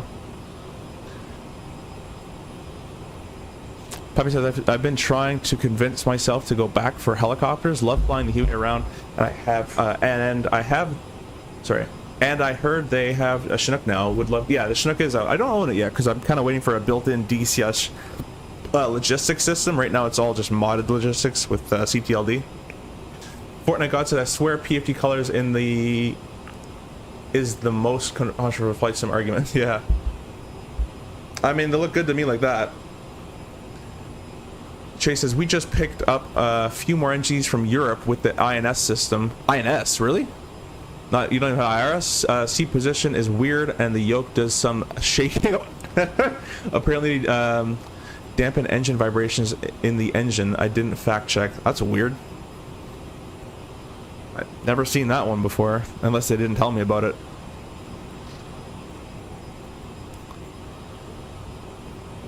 Alright, no, so this is still not here. I'm going to increase my thrust a little bit, but it should give me a distance and a time and all that kind of stuff. But if we go to progress, it sometimes knows. Here it is. So we got an hour and 14 left. So we'll start approach planning around the 40-minute mark. What I'm going to do, because there's no star, is I'm going to put CYYG. And this is a little trick to when I have to start descending. So we're going to start going down at 3,000 a minute. And if I go down here, the elevation we put in was 180 feet, so basically sea level. So we want to lose from 35 to 3,000 feet. We want to lose 32,000 feet. So this is a little quick trick you can do for yourself.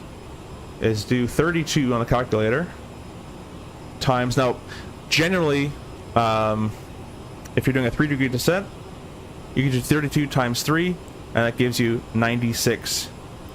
And that'll be 96 miles away. Is a rough distance, so I'll just put 100 miles, and I'll put a 100-mile fixed ring just as a reference. And then once I build the approach, I'll get top of descent all calculated. I will delete that fix, but for right now we can do it like that.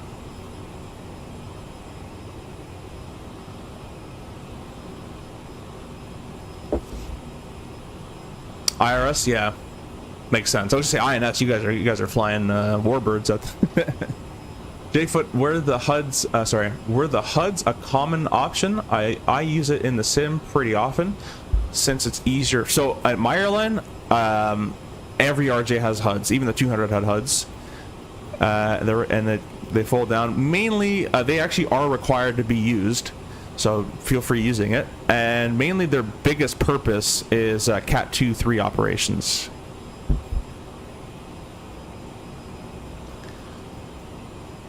G-Nob says, hey, what airport are you going to? We're going to Charlottetown, Prince Edward Island, out in East Canada. It's a Class Echo airport, and Class E in Canadian terms is, and it's an MF, I'll talk about that in a second, but Class E is uncontrolled VFR and controlled IFR, and it's kind of weird, and then this airport also is an MF, which is a mandatory frequency, so let's say at 2 airports, one's uncontrolled and one's an uncontrolled MF.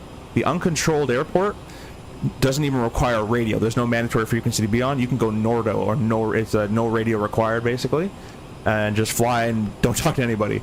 The uncontrolled MF, it's uncontrolled, but you still need to be talking on the radio, if that makes sense. So we're going to get all our clearances from Moncton Center, and they were online earlier, and I'm hoping they're still online now. Simple Takeoffs, welcome, my friend. Did I just see you use a fixed ring? Yeah, I know, right? We do use the fixed ring for these type of descents with no stars, so we don't blow through, you know, so we can start descending in time. Because we have nothing else to reference until I throw the approach, and then I'll delete it.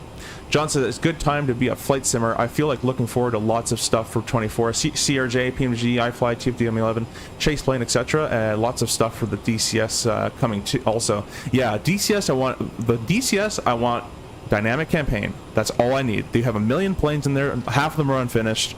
Just give me a dynamic campaign. I'm gonna start setting this up for nighttime here. For Microsoft, I really want my FS Labs Concorde to be brought back. I want that so badly. And the PMDG 747 Classic looks really cool too. I wouldn't mind a 737 Classic as well. That'd be pretty sweet. I love the older stuff, to be honest with you. Grandpa says, all right, YS... Oh, sorry, that's me. I've never seen my name abbreviated, sorry. Gonna go keep learning the E170. It has been, it has its issues, but loving it. Subbed, and we'll be checking back. Awesome. We'll see. Hopefully you enjoy your little Embraer experience. I call it the button pusher. Pilots fly the CRJ, and button pushers fly the Embraer, but don't tell anybody that. John says, can the CRJ do RMP? It depends if your CRJ is equipped with it. Let's go throw the belts on here.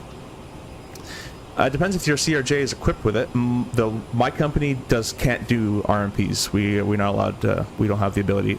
The NGs can do LPV approaches if it has the VNAV and LPV function, but we can't do RMP. At least on ours. G says, oh my god, no way, bro. I was just there with my family. I was there this summer too. Took a checkout flight, flew all around the island. So cool. Have you flown there IRL? Yeah, I've been there in real life in the CRJ. Not with a Cessna or anything, so we got there, deplaned, loaded up, left. So that's about it. That's the experience I had. A robot says, has the aircraft been updated for you guys in the past? No, so the update has been delayed until next week, Tuesday, I believe. April Fool's Day, which is kind of funny, April 1st. Isaac says, Moncton is off now, I think. Damn, they were on when I started this flight. Oh, well, we'll vector ourselves. John says, the Embraer is like flying a bicycle with the yoke. Yeah. All your fancy auto anti-ice garbage, get out of here. I said, I feel like the RMP is so uncommon in Canada. Yeah, I don't know about Canada. There's not too many RMPs in Canada that I've seen, to be honest with you. There is one where it would be nice is DCA and LaGuardia and that kind of stuff. The Meccan says, how many more years do you think they will stay in service? It's one of my favorites. That's a good question. So Mitsubishi took over the rights to CRJ, and I've been hearing it's kind of harder to get parts nowadays. So, and with the 220-100, well, C series 100, that can basically do all its flying for the same price or cheaper. Maybe not too long. Maybe a good 10 years out of it, hopefully. I don't know. No one really knows.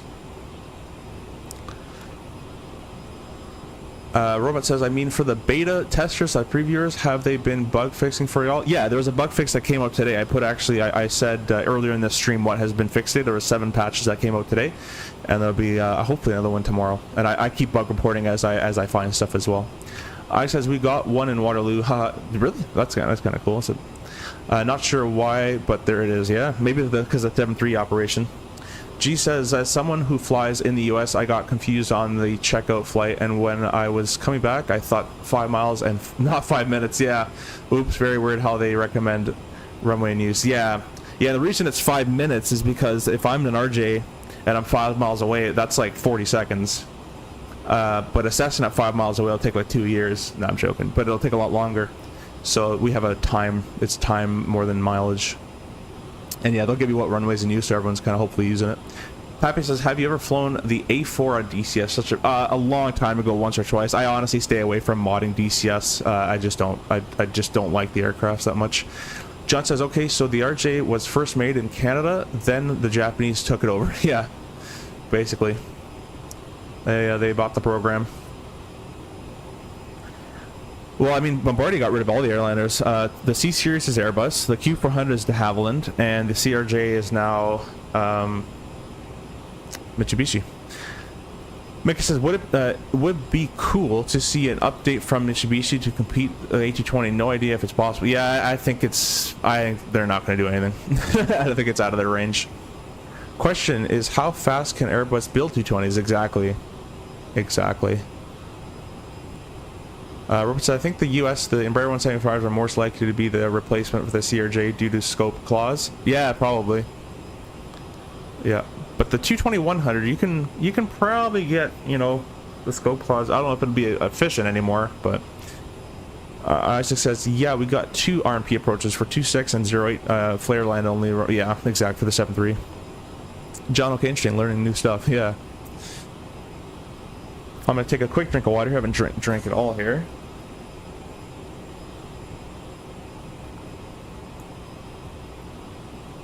Starting to get some bumps here at 35. Let's see if we can get out of the bumps. We're gonna ask for 33,000, and I'm gonna give myself the clearance. So we'll go 33,000. Confirm vertical speed. We'll go 1,000 feet.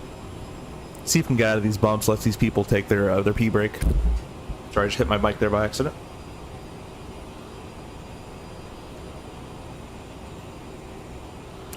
You guys tell me in the chat. Do you guys want to see daytime or nighttime? Let me start a poll here.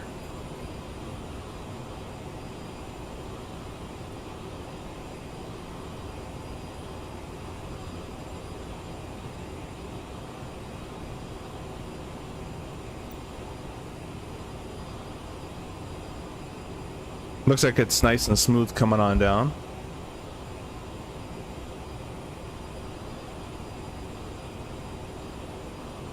I'm going to change my charts over to the nighttime charts.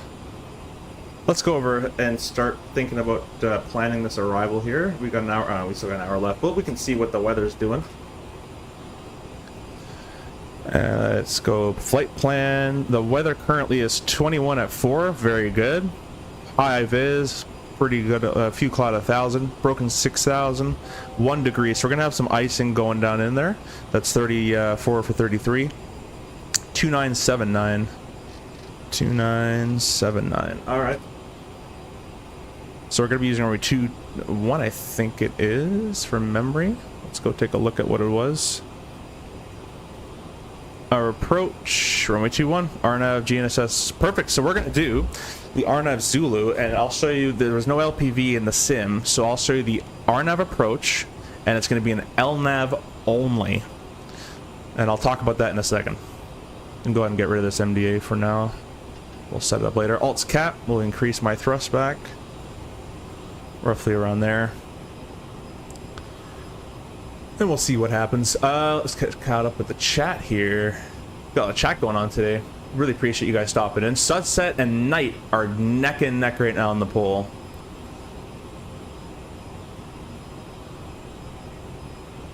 Shay says flood, or food, sorry, flood. Food either in the bin next to us or in the lunch bag behind it. Exactly. Yeah, I had my lunch bag here. I put mine right there. It's a bit interesting getting it out of the chair, but TBM life. I saw a TBM today actually out of Newark, which was kind of weird. Question, what would be typical profile for the approach when the ATC holds you at 180 until 5 mile out, for example? Just curious compared to other jets. Let me read that again.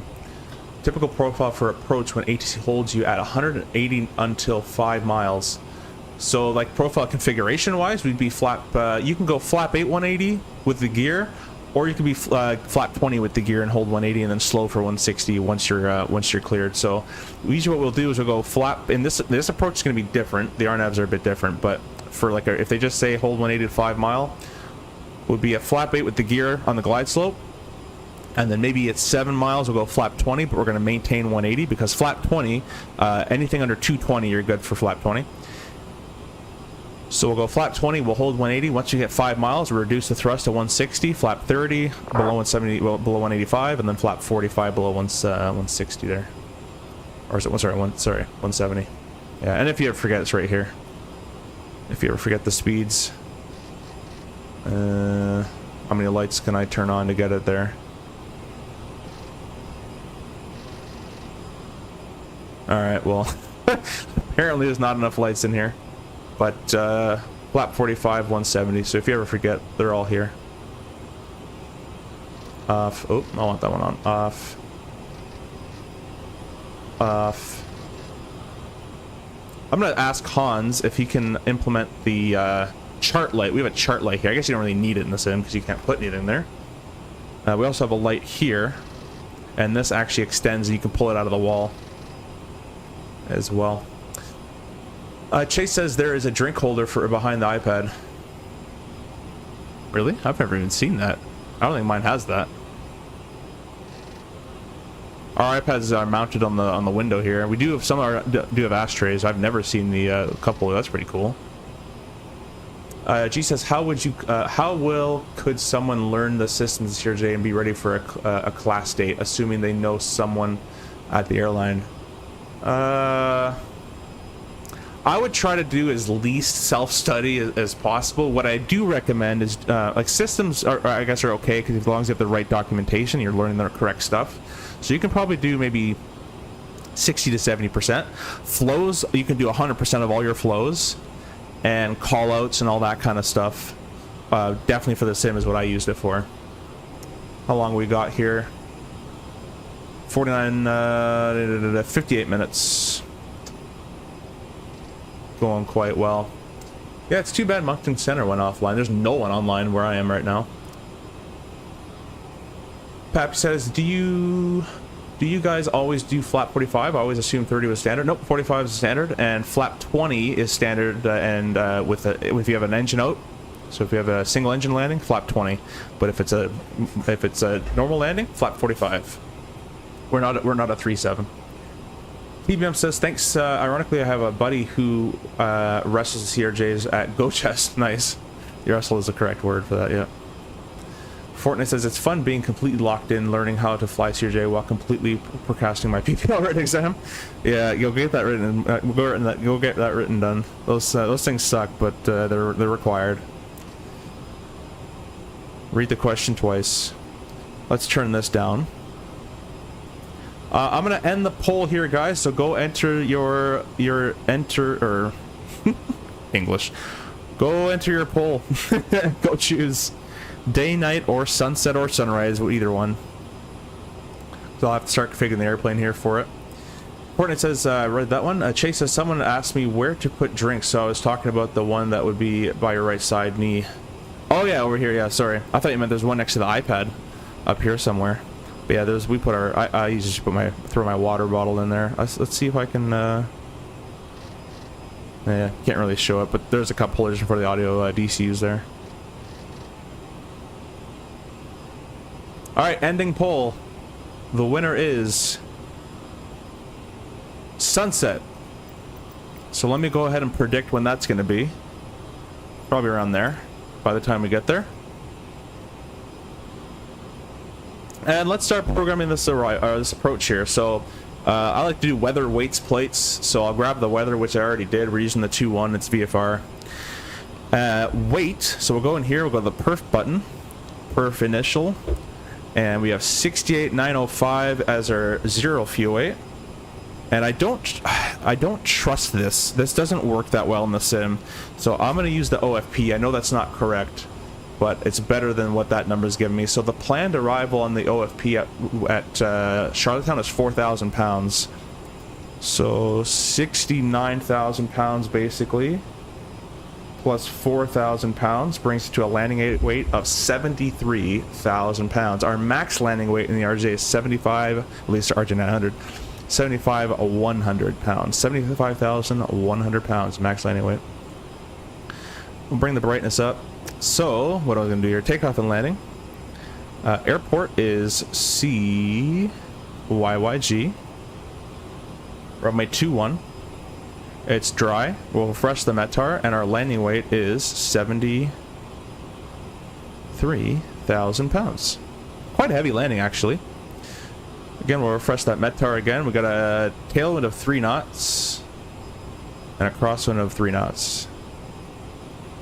Didn't the Metar just say that it was... Let's refresh this guy. Oh, it changed. 160 at 4. Let's see here. That's pretty light wind anyways, though. We could use runway 1, but runway 21's still better, so we'll use 21.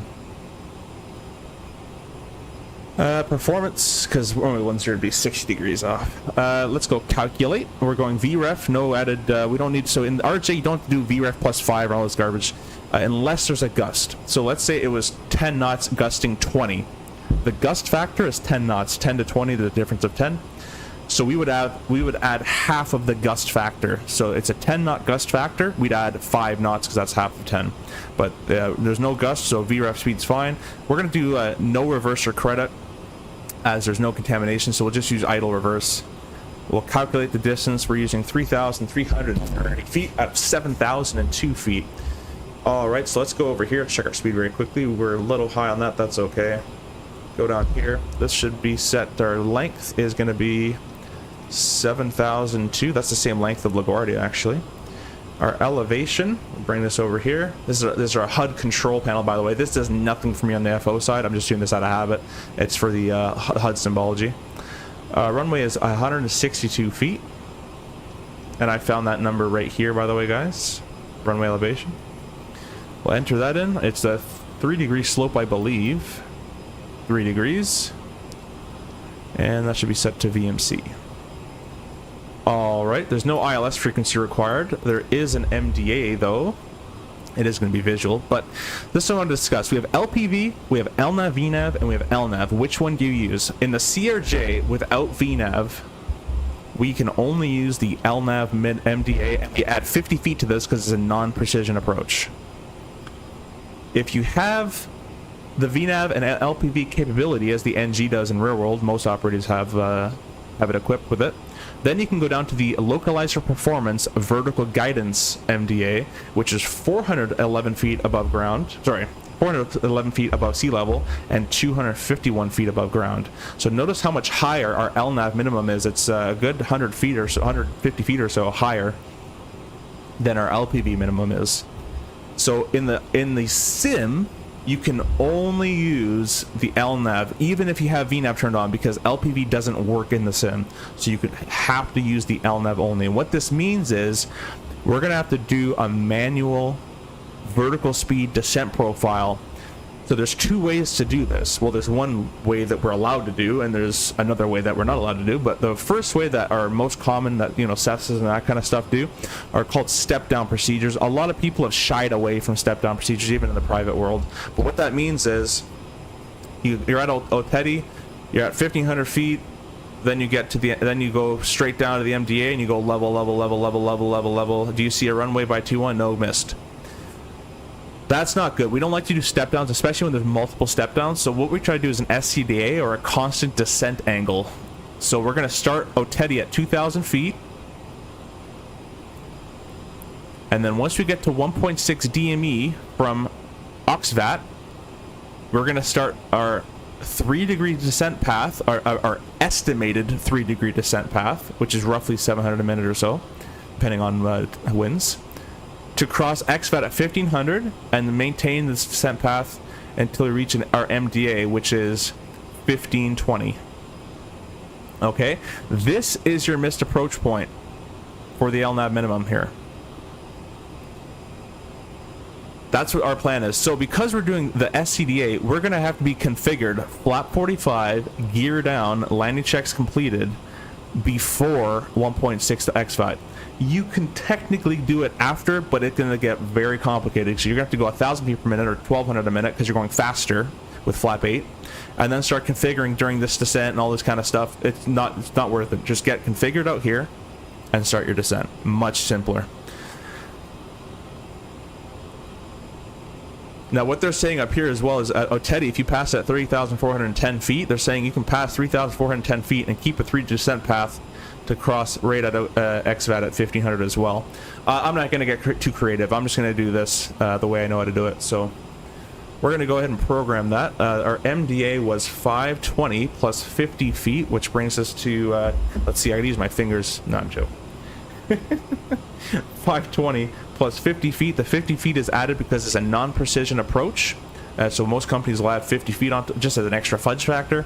Brings us to 570 feet above sea level. So we're going to click MDA. Let's scroll this down to 570. Oh, too much. All right, 570 is set for the MDA on the right side, and the left side will be set as well. And we'll go and program our speeds now. So we'll go over here, we'll go performance, return to load sheet. I've mentioned that this number is incorrect. The VFTO calculation is wrong. I don't know what weight it's using, but we took off with a VFTO, I think, of 199 or 203 or something like that. It's impossible for us to get heavier in the airplane unless we have, like while we're flying, unless I guess we have like a chunk of ice or something. You know what I mean. So this number should be less than what we took off with. I don't know why it's always above, but, and that VRF is wrong too. So let's go ahead and manually set these, why don't we? We're gonna go ahead and say our V speed, click, V2 is gonna be 1.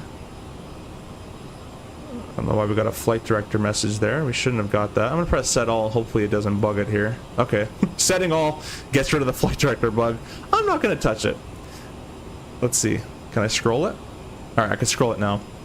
So at 146, that's pretty much what we took off with. I'll do 142. Target speed of 196 or so, something like that. Not 230. That's insane. Let me catch up with the comments here real quick. Sorry, I've been missing these.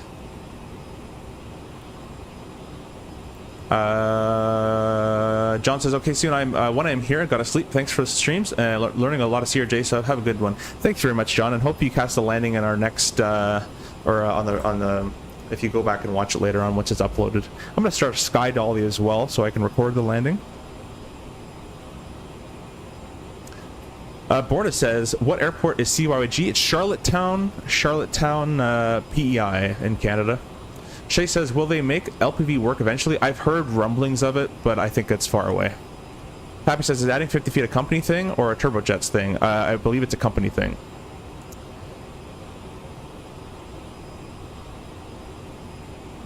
But you can do it in an airplane if you want to. What's the VFTO speed again? It's basically like our VY. So if we have to go mist, and let's say there was terrain that you wanted to avoid in front of you, and you should climb at VT once you're configured and cleaned up. G says, would you recommend adding 50 to mins when flying adding 50 feet to mins when flying GA and on an sprint check ride? I say do what you've been taught. If you've not been taught add 50, don't add 50, because the examiner might not know what you're doing. But for your own flying abilities, heck, add 100 if you're not comfortable with it.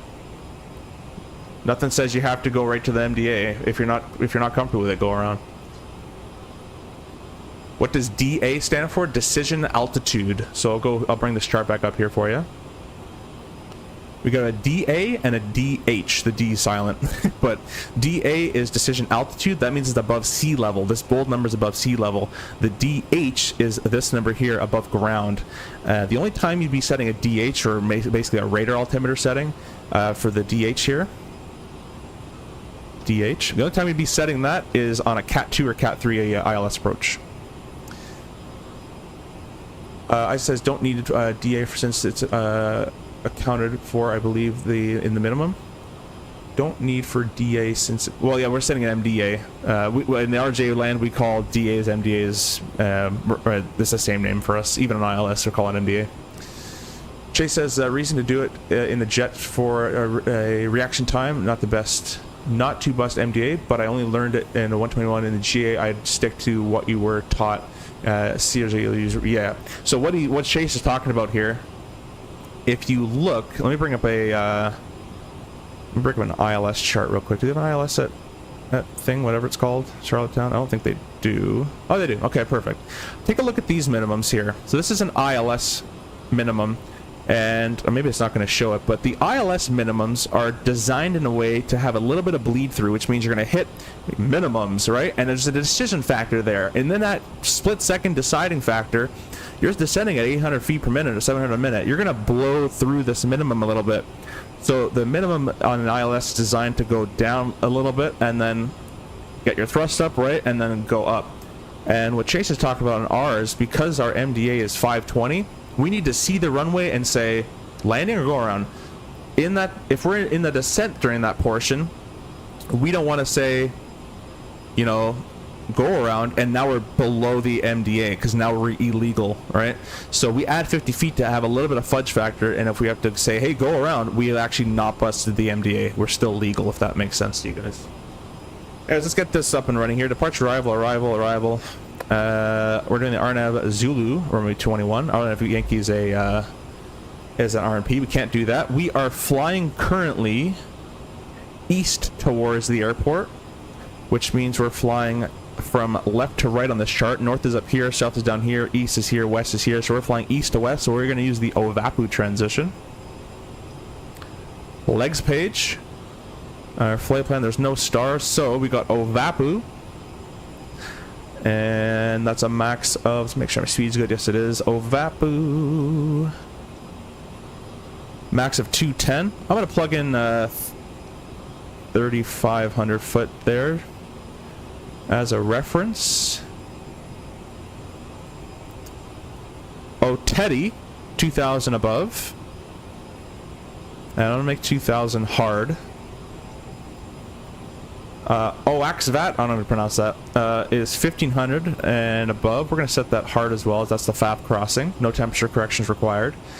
Runway 21, a reference speed of, it says 146. I don't really trial. 73,000 pound landing. I'll give it 142. I gotta get my speed book out and I'll go verify that. Missed approach is climb 3,000 feet on a track of 207, 208, close enough. Hold that Valerie. We'll say 210 knots, 3,000 feet. It's confirmed, and we'll execute that. So I'll give you guys a bit of an approach briefing. Let me go get my speed card here, and I'll see if the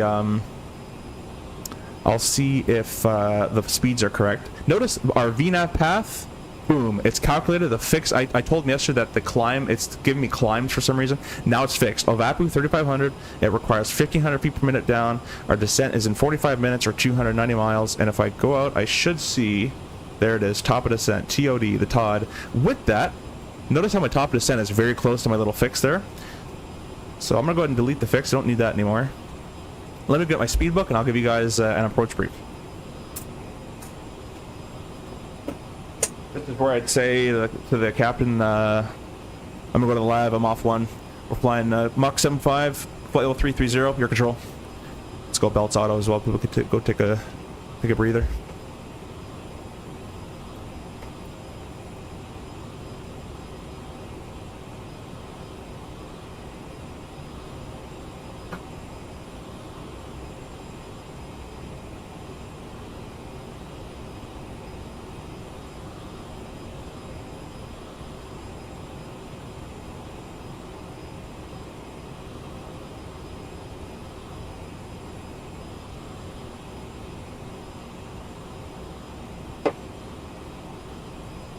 Alright, I'm back. Confirm with the flight plan that the 0 to 8 is 69,000. That's quite a heavy. Yeah, it is. That's what it is. Alright. Let's go ahead and I'm going to check my book here. I obviously can't show it to you guys, but just verify the number. Doo-doo-doo.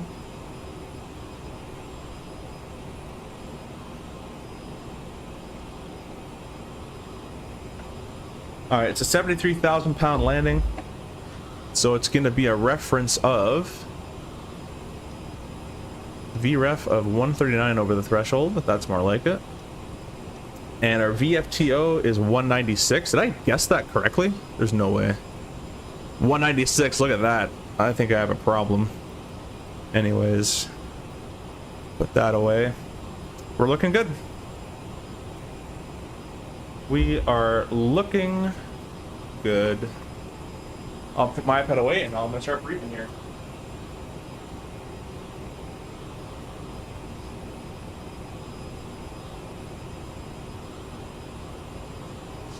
Let me get caught up with the comments here actually first, and I'll do my brief after that. Chase says reason to do it in the jet. Oh, read that one already. Isaac says, yeah, read that one. G notes, I see. Thanks for the explanation. No worries. TBM says, I also got asked, do the NGs get the infamous EFIS comp mon or duct mon fault anymore, or is that just an older CRJ issue?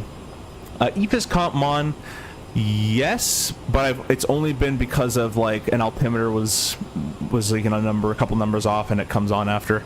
Other than that, no. The Duckmon fault, I don't get to fly the NG all that much. We only have 8 of them, so I haven't seen it though all that much. Definitely it's more of an older bird issue. Fortnite God says, what throttle you got? I'm using the Thrustmaster Warthog, designed after the A10C Warthog, which is fitting because the CRJ has CF34 HC5 engines, which are the newer updated version of the A10 engines, so that makes sense, doesn't it? Captain Rock Savage, welcome to the channel, my friend. Can't wait to this. By the way, guys, go check out Captain Rock Savage channel as well. He's an awesome streamer. Can't wait till this comes out. I don't hate they paused that release. And hi, by the way, yeah, I'm all for pausing it just so people can get a finished product, or at least a more finished product than what we have.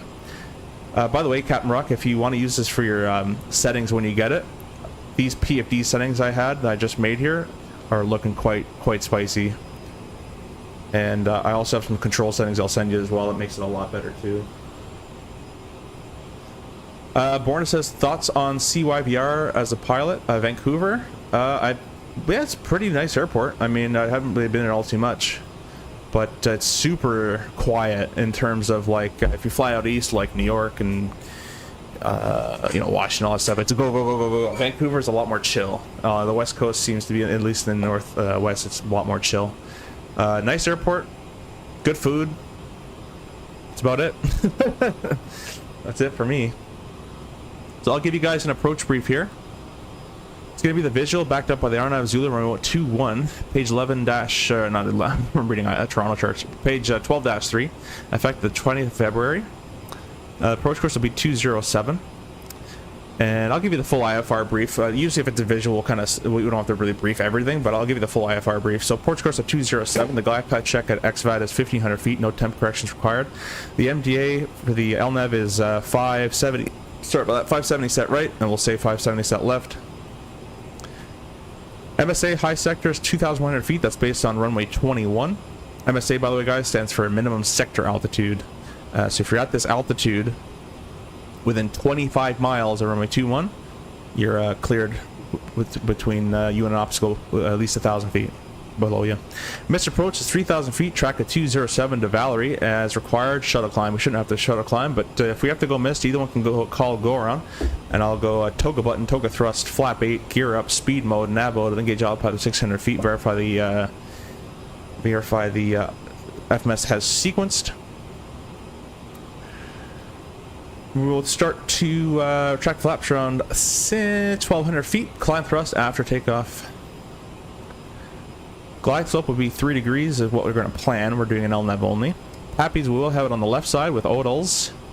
And via Otedi will be at 2,000 feet. Will be fully configured flap 45 gear down before 1.6 to XVAT. Passing 1.6 to XVAT, we'll plan roughly 700 to 800 feet per minute descent. Passing XVAT at or above 1,500 feet, and then we should be visual by Otedi anyways, but we won't go lower than 570 unless we're visual. Probably about 1,000 feet if I'm visual above sea level. I'll disconnect the autopilot and I will turn off the flight directors as well.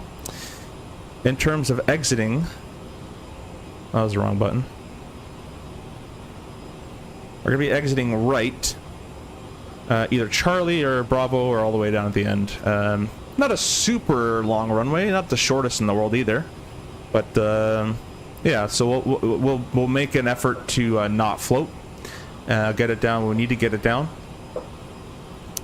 and we'll stop by probably stop by Bravo. Fuel wise, oh, I just rolled my charge backs, but fuel wise, I don't really trust this all that much. But anyways, we should have an extra roughly 1,500 pounds when we get there on top of our fuel. So if we have to go miss, we can come around and try again if the weather's still okay. The weather in PI can change quite rapidly, so we'll keep an eye on that. Born says, what about the infamous carpet interior? I don't even remember it, to be honest. It's been so long I've been there. I think yeah, I don't really remember it. Just trying to recall some stuff, but anyways, thoughts, questions, comments, concerns, any threats? Threats is an LNAV only approach, but we'll do TAF. Let's see what they're calling to have. I changed the time, so I don't know when that is anymore. We'll check for flight. Top of descent's in 36 minutes, guys. And what we're gonna wait for is we're gonna wait for this number to read 2,800 feet per minute. And once it reads 2,800 feet per minute, it's actually wrong. It should say 12. I just checked on that page. But once it says 28 feet per minute, we're going to start down at 3,000 feet per minute. G says, if you don't mind me asking, what does the hourly rate look like for you or someone in Canada? I wouldn't know. You'd have to just look up regional pilot pay. I won't comment on that.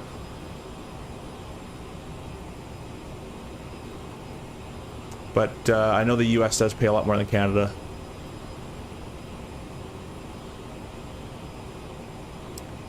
But valid question. Thanks for asking. But I think you can actually find most airlines, if they're ALPA with the union, you can find their contracts online. You can look up the pay scales; they're all there. Just look up like Endeavor contract or whatever, or if you want Canada, you can look up like Porter contract or something like that.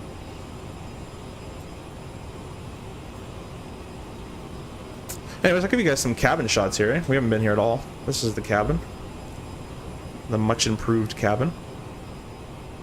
Notice the seatbelt sign off and the, sorry, yeah, the seatbelt sign off and the smoking sign on. That's so that works.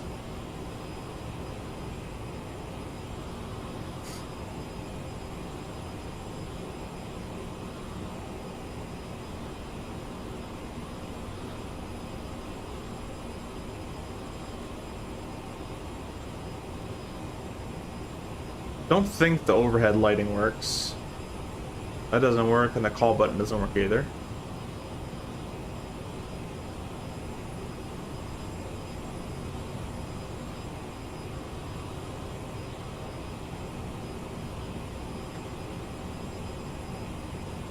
Oop, wrong button. I started the Microsoft Store by accident there. Captain says, yes! You can send me all the control settings and such on Discord. I'm on a plane right now. Some stream is wait. I'm on a plane right now. Some of the stream is bad for me. Oh, you're on a, where are you flying?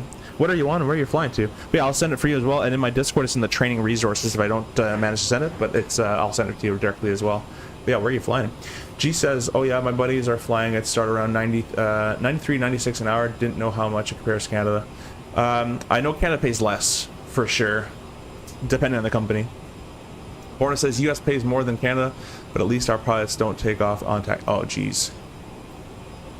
Oh geez. G says, what made you want to fly? When I was 6, I think, or 8, I was given Microsoft Flight Simulator 2000.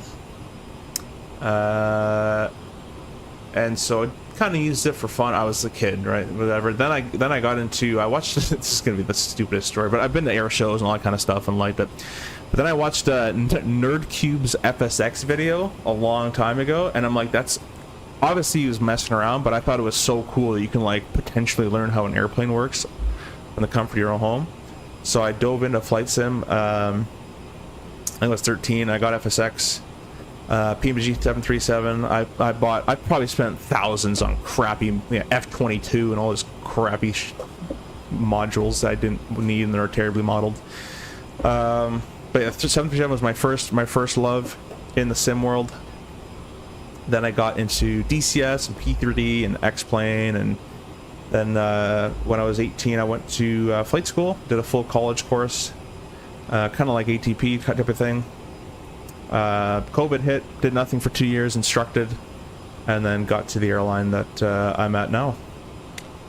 So that's been my road. It's been basically love and passion.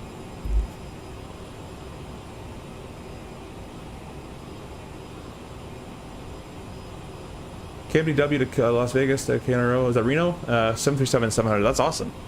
I assume Southwest then. We're going to get a quick snack. The top of the descent is coming on up.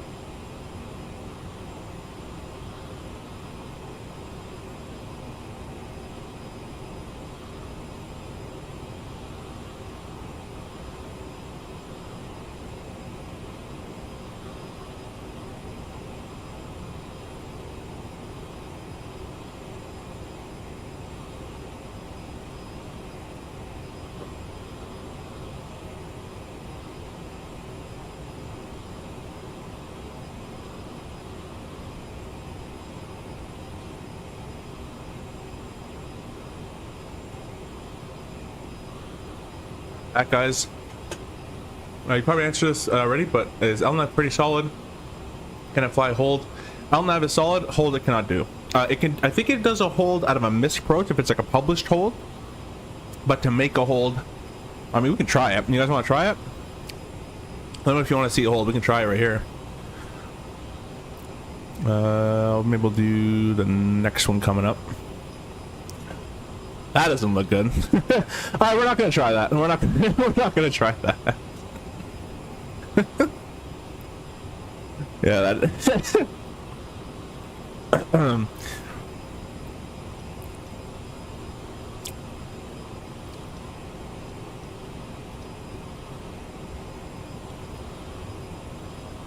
Oh, that looks better.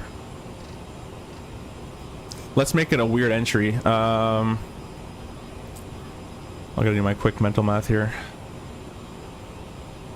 Outbound course would be west. So let's make it an... Let's do...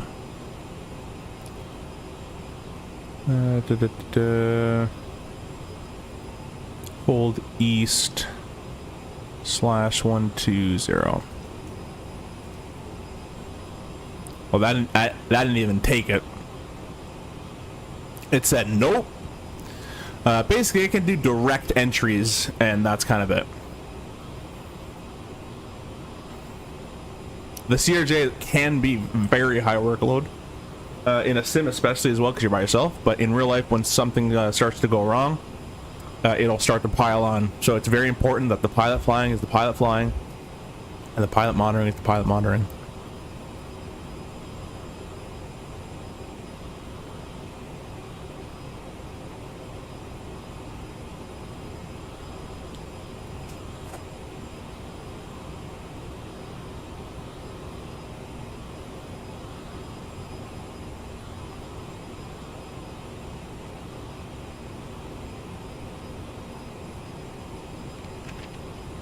You could do the good old manual hold. Yeah, I tried. As you saw, it didn't even work. I mean, assuming just turn in a circle, and yeah, I'm not doing that. Yeah, you can do time turns and all that crap like a Cessna, but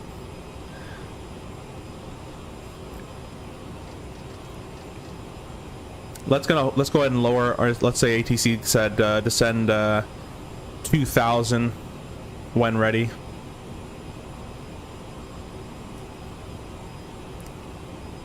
He says, seems like an Airbus, they have less work to do when flying, because, yeah, the Airbus is button clickers, in my opinion. Obviously, there's, you know, there's still pilots, and they've gotten to that point that they can be button clickers, but it's designed to, you know, you're doing less. Steep turn CRJ, we do practice those in sims. These magenta line. No, I've already done that, bro. I'm done. I'm done with time turns. It's getting late. You guys want sunset to your arrival? Let me back this up a little bit more. Should be good.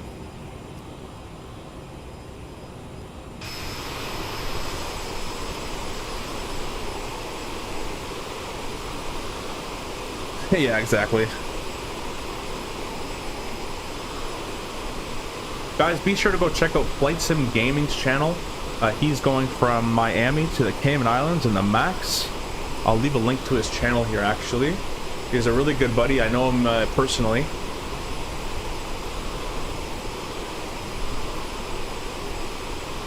So go check out Flight Sim Gaming.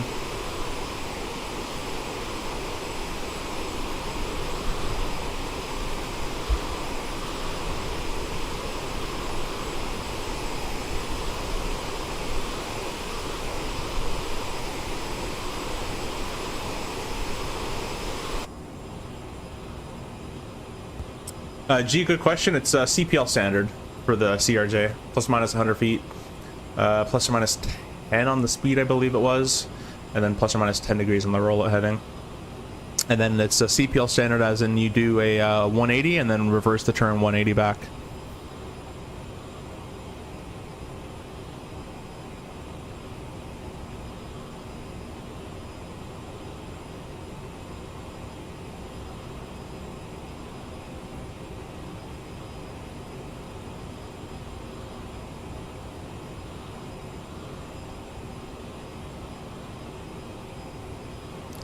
Guys, Flight Sim Gaming is landing right now, so go check out his landing. Go say I sent you there. Put a feet per minute in. Go watch his arrival. He's landing. He's about 2,000 feet.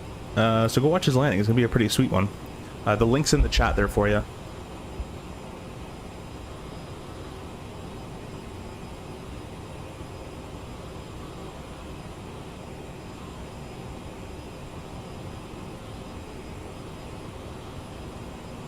G says, "Damn, that seems tough." Or a big jet at such speeds. Yeah, I mean, you've been trained to that point of your, you know, PPL, CPL. If you've been instructor or whatever, you have a lot of experience in airplanes. So, and it's, by the way, it's IFR. You don't see outside it. So you're all doing the steep turn all on this guy as well. Why is it starting to get laggy? Don't do that. Don't do that, airplane. I did this yesterday. I says, how easy / hard is it to do a steep turn in the RJ? It's, is it flown with the FD? No, so no flight directors allowed in the sim, for the steep turn portion, at least. And it's quite, I mean, it's like anything. You get used to it. So the way I do it is you start adding your roll. Once you get to about 30, a little bit extra, maybe about 5% extra power on each engine. And then maybe about two to three clicks of nose trim up. 1, 2... and then keep rolling into the 45, and it's about basically where the flight path marker is there, just on that, just a tiny bit more nose up, and you'd be holding level. What is your overall rating of the plane compared to the real world experience? The overall rating of the plane, so the last one got like a 6 out of 10. This I'm gonna give like a 7.5. It's a lot better. Is it perfect? No. Not even the real sims are perfect. They break all the time, the real ones we train on. And there's glitches and all sorts of stuff. But it's definitely a lot better. The VNAV, as you can see, the advisor VNAV will work. I hope. So yeah, Ovapu is commanding 3,000 feet per minute down. Let's start down here. Vertical speed. this should have been calculating. So there's another bug that should be calculating continuously, but it only seems to happen after we pass the top of descent. Let's go idle thrust and 7-7.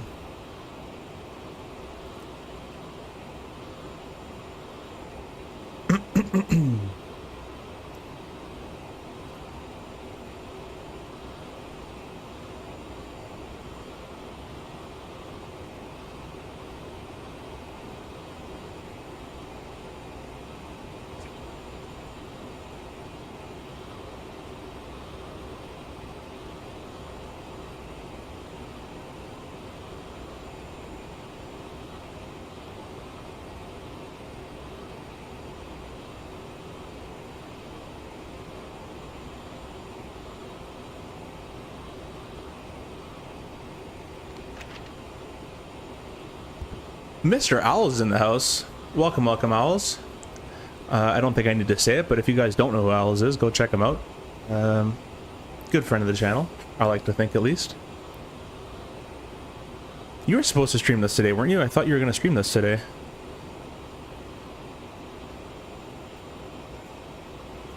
Well, I could be wrong about that.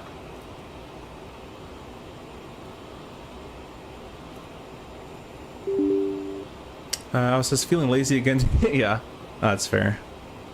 Dude, I did a Newark turn and I'm streaming. Get online. Get streaming. I says Owls canceled an RJ stream, but yeah, I know, right? That's, I don't know. I don't know what we're gonna do with this guy. G says I'm a genius. What are all the MV you have to do? MV. You'll have to tell me that one. I don't know that abbreviation. Boos in the chat? Yeah, everyone boo in the chat. Cancelled an RNAV stream. Had the right livery, though.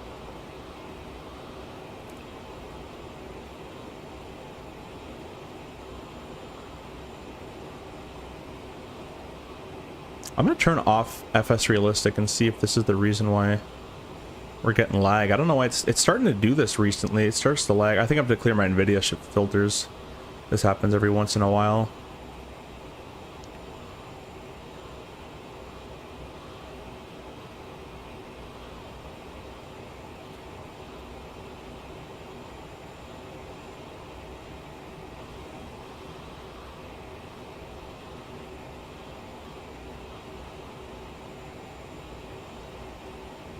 Isaac, or not Isaac.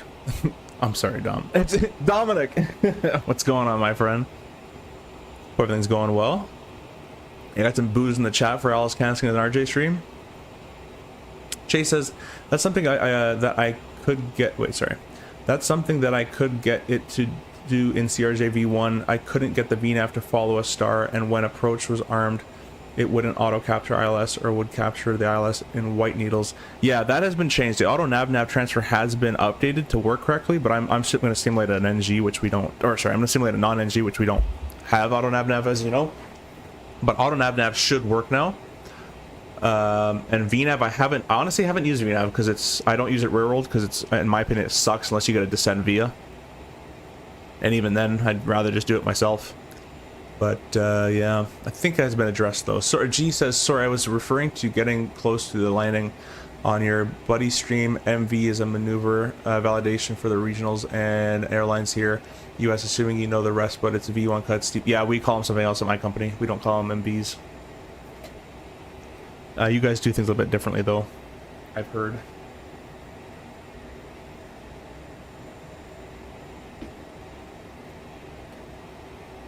But yeah, you'll do V1 cuts either with a fire or just, you know, whatever the problem happens to may be.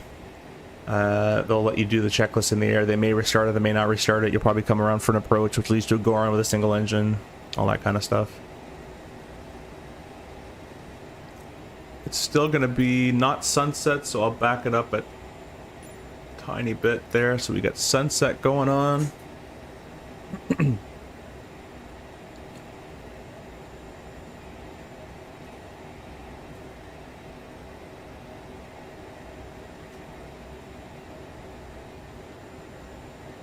I'm gonna text Hans to see if there's a possible memory leak or something, because I don't know why it's happened to me the other day. What transition 2979?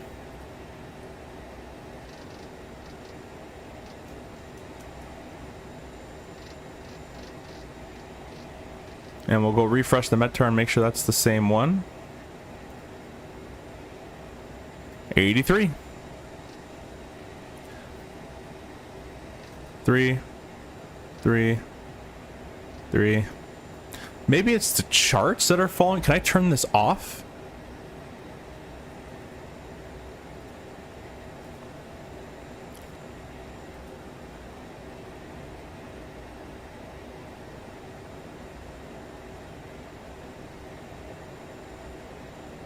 I think I could turn. I wish I could turn that off, but.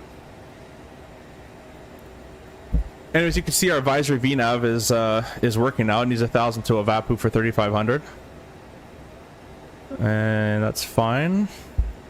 Advisory VNAV Snowflake saying you're super low on the glide path, my friend, and I'm saying yep. That's because I'm building in slowdown time. We need to be 210 at 3,500 over there. So once I get to 12,000 feet, I'll dial in my I'll dial back my VS here. I'm actually gonna do a VAPU at 20. Let's do 3,000. There, it's changed 3,000.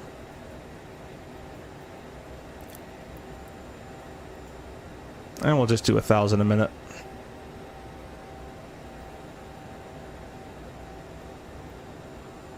Yeah, see how fast that decelerates? Like, it doesn't decelerate that quickly, but...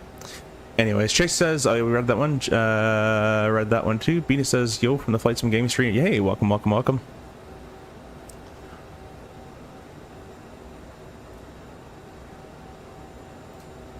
Hope all is well. Decelerating for 250 knots at 10,000. It decelerates a little too quickly, in my opinion. But either way, add some thrust for 250. Oh, what am I talking about? I had my bugs shut wrong. There we go. That makes more sense. I'm gonna go ahead and lock my wheels on my office chair. So when I add my rudder, I don't go all over the place.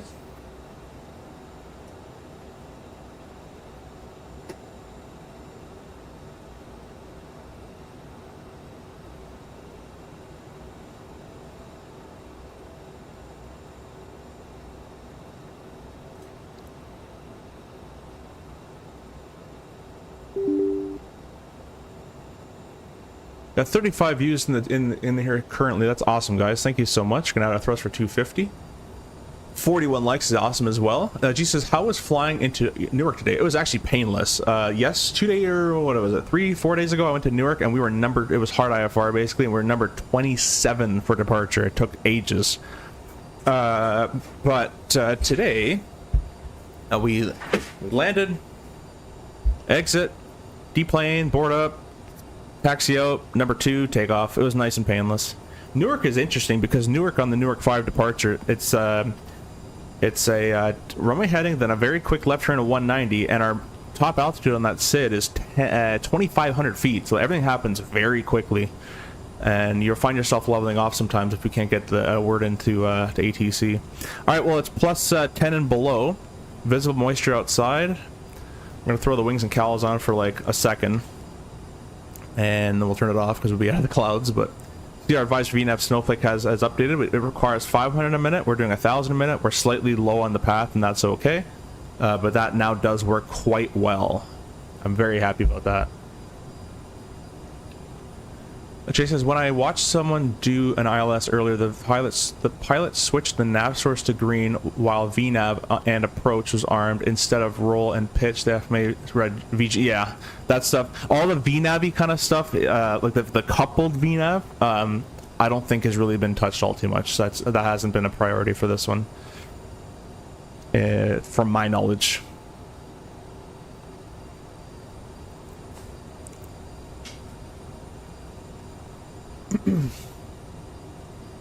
G says, if you're number 27 for depart, does that mean you get more moolah? No. Yeah, it does, because the engines are on. So Southwest doesn't, because they, I believe they get from time wheels up to wheels down. But my company, it's doors closed, engines on. Actually, I guess just doors closed, park and brake off for us. So We're getting paid.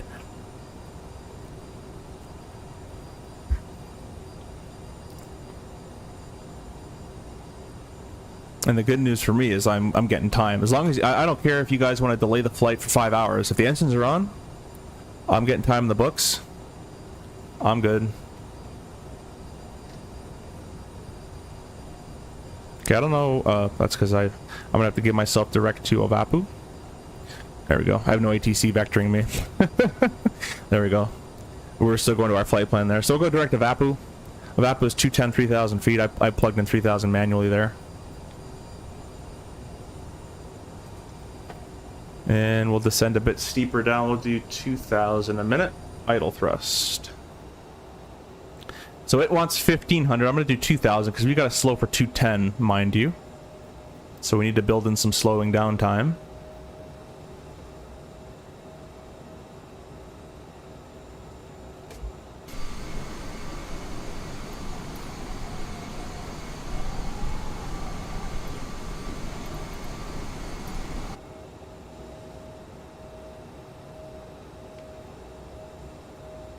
That's how I feel, exactly. Yeah, Chase says, once the doors are closed and I drop the brake, we can take our time. That's it. I'm chilling after that. This is the beautiful Charlottetown, Prince Edward Island. The airport's already in sight. The wings and cowls can come off if they weren't already. I didn't do my 10,000 checks. I'm too busy talking. Here we go. Taxi light on. Ring the belts there. That's why I need 2 people watching me. The altimeter all set. Cross-check the ILS or the RNAV. And what else? The approach brief is completed. We're looking pretty groovy.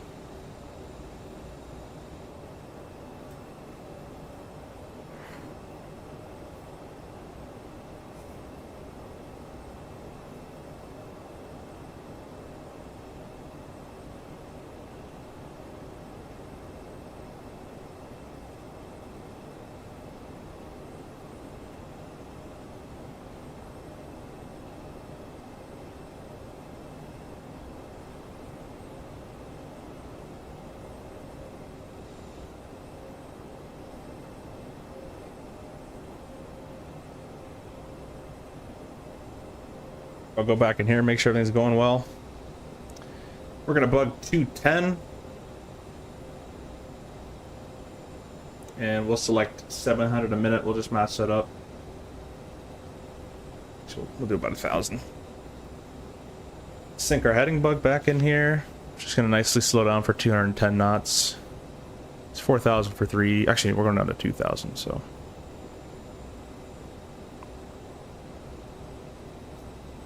We shall do, that one's 3 there. Let's do, what's the next one want? 1,000? Alright, that works out quite well. Butter it? Yeah, G, I mean, I'll try the, so I take a realistic stance in the way I do flight sims, so buttering is not my priority. Touchdown zone, center line, stop before the end, off to the hotel. If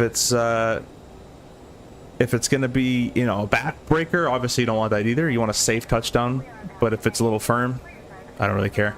The runway is short, so we want to get in there and get stopped. 3,000 for 2,000.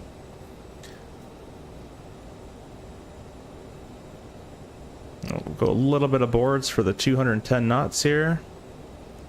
Ovempu in 2 miles, 1 minute. We'll get rid of the spoiler. Let's go flap 1.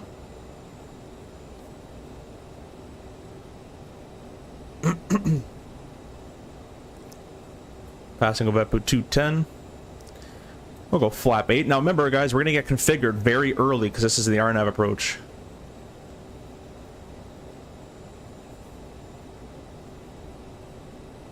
Notice how the airplane smart turned? It didn't actually get past Ovapu and then turn. It did it still overshot a little bit, but it did a much better job than it used to do, in my opinion at least. The vehicle profile is going high, that's what we want. Okay, Alts cap 2,000, gear down.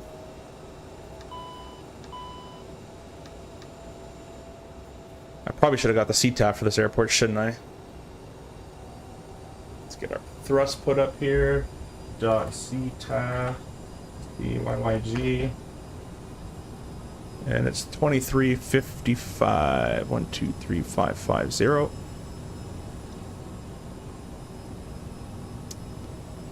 We're gonna go flap 20. Yeah, speed of 160. Charlottetown traffic, Jazz 328, turning 10 mile final, runway 21, Charlottetown. Now, real world, we would bug 100 feet high and we can start a descent. I'm going to try that, but I think it's still bugged. Flap 30. Remember 1.6 from XVAT, whatever it's called. We are going to start a descent. So we're still 6 miles from XVAT. We're more than fine.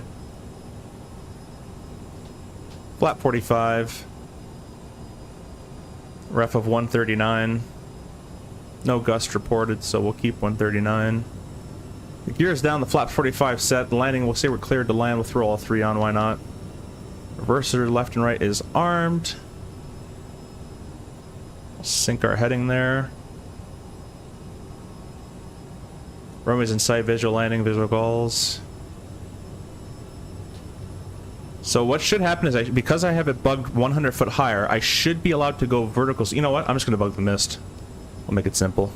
But we should be able to go 100 foot higher, go vertical speed, and it should allow me to descend. I know it's been bugged a lot before, but I haven't tested with the recent updates. So we're waiting for 1.6 at XVAT.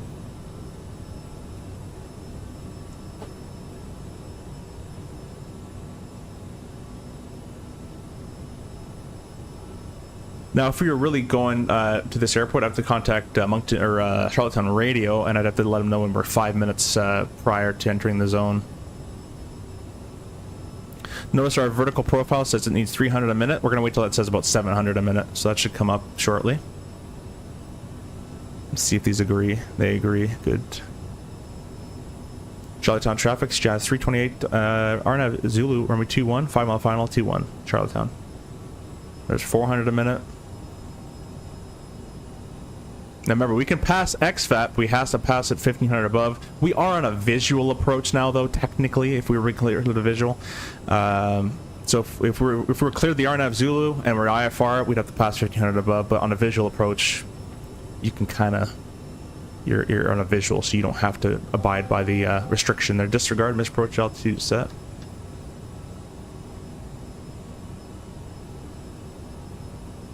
Okay, there's 1.7. Let's go vertical speed. We're gonna go 600 a minute. And we'll keep 600. It says 7. We'll keep 6 for now, just so we can make sure we pass above 15. If we were doing it full IFR, I'm showing you if you guys were full IFR, that's how you would have to do it. You want to make sure you're above that hard altitude.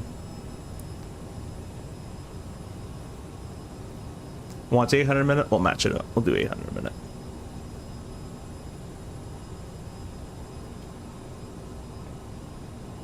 Alright guys, if you want it more, if you want it darker in the sunset, let me know, but this is quite a nice little sunset arrival we got going on here. Let me start the recording of the Sky Dolly.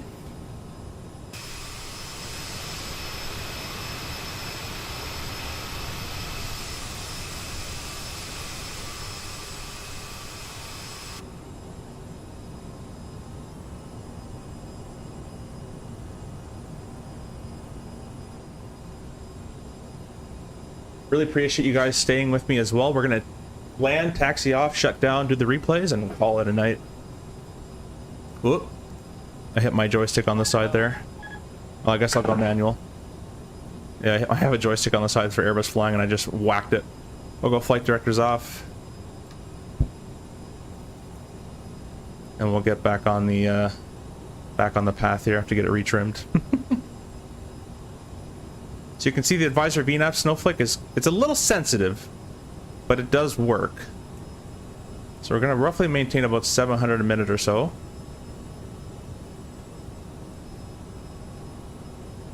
We do have the Pappies. I've landed in this airport in the sim before. The Pappies, I never know if I can trust them all that much. I'm going to go more based off visual cues.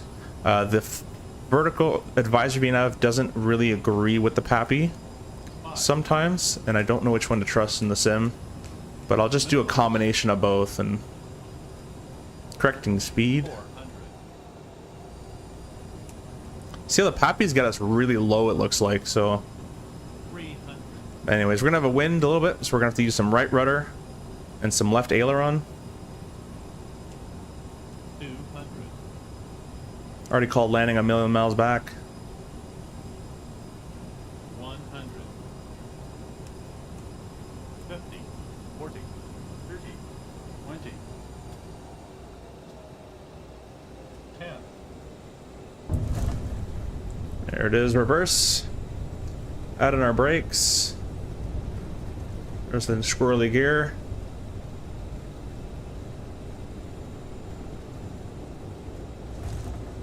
And we'll kick out the reverse, we'll roll to the here. I think it's Charlie we got going on here.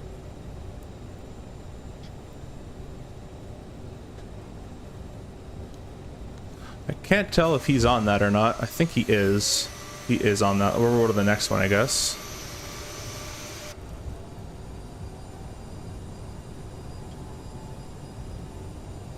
But yes, the landing physics are so much better than before. So much better.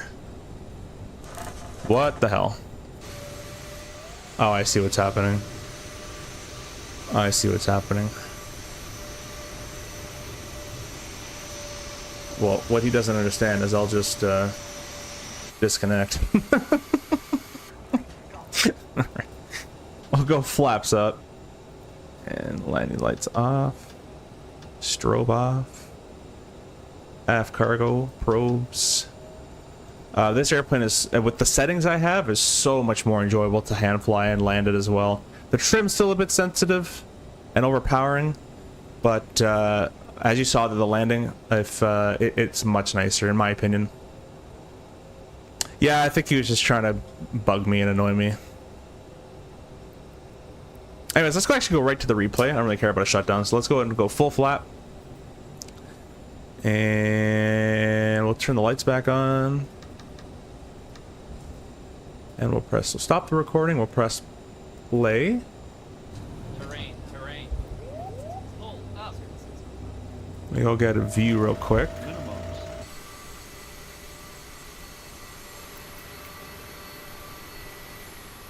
And we'll put you back over there. Oops, not that button.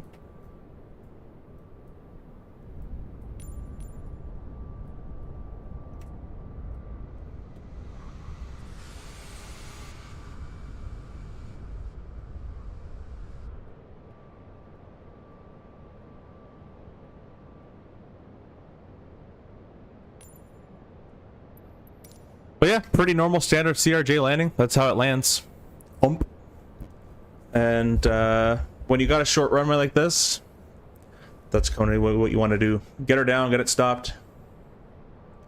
Chase, my friend, welcome. If you're, or thank you for joining. If you're not already, join that Discord as well. If you wanna chat in there, and I'll make you, I'll give you a red tag for a trainer tag as you fly the RJ as well. Thanks for joining though. Really appreciate that.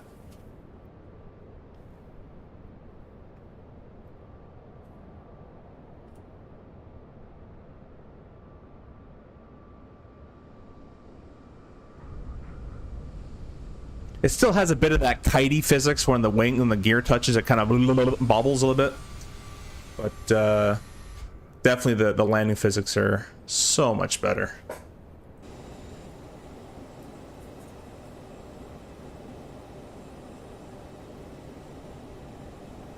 Yeah, G, it's in the chat. Feel free to join that. It's not in the chat. It's in the description, or it's on my channel, and I can send it if it doesn't work.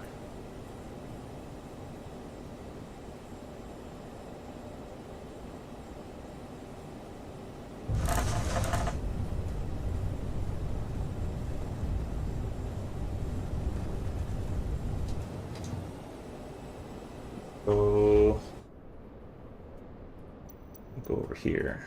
Get straight down the pipe. Yeah, I can never tell with this airport. The Pappies in the sim are not correct. So I might just have to follow the the VNAV path next time a little bit more. Now someone actually asked me to do touch and goes. I'll do maybe 2 more landings if you want. It was in the CRJ chat that I have, the Discord. As you see, the rudder's still kind of a little bit sensitive as well. And when the nose kicks down, I don't know how I wish he can change that when the nose gear touches the ground. Like if the my rudder input is doing nose steering, so if he can change it to the nose steering doesn't affect. Sorry, if you can change the rudder doesn't affect the nose steering above like 80 knots or something, because as soon as that nose gear touches the ground, you instantly get that like flown across the land type thing. But let me see. Who was in the Discord who asked? What time is it actually first roll? Okay, 30. I could maybe do 2. It was. Where is it?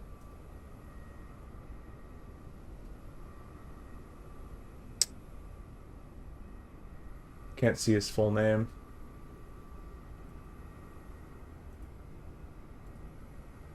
Anyways, in the questions and answers, someone asked me to do circuits in it, so why don't I go ahead and do a couple landings with it, and we'll call it there. So I'll do a 3-mile final. I'll just do it all visual. You're gonna get a lot of warnings. A lot of warnings going off. Maintenance will reset the brakes. Can't even do it. Yeah, thank you.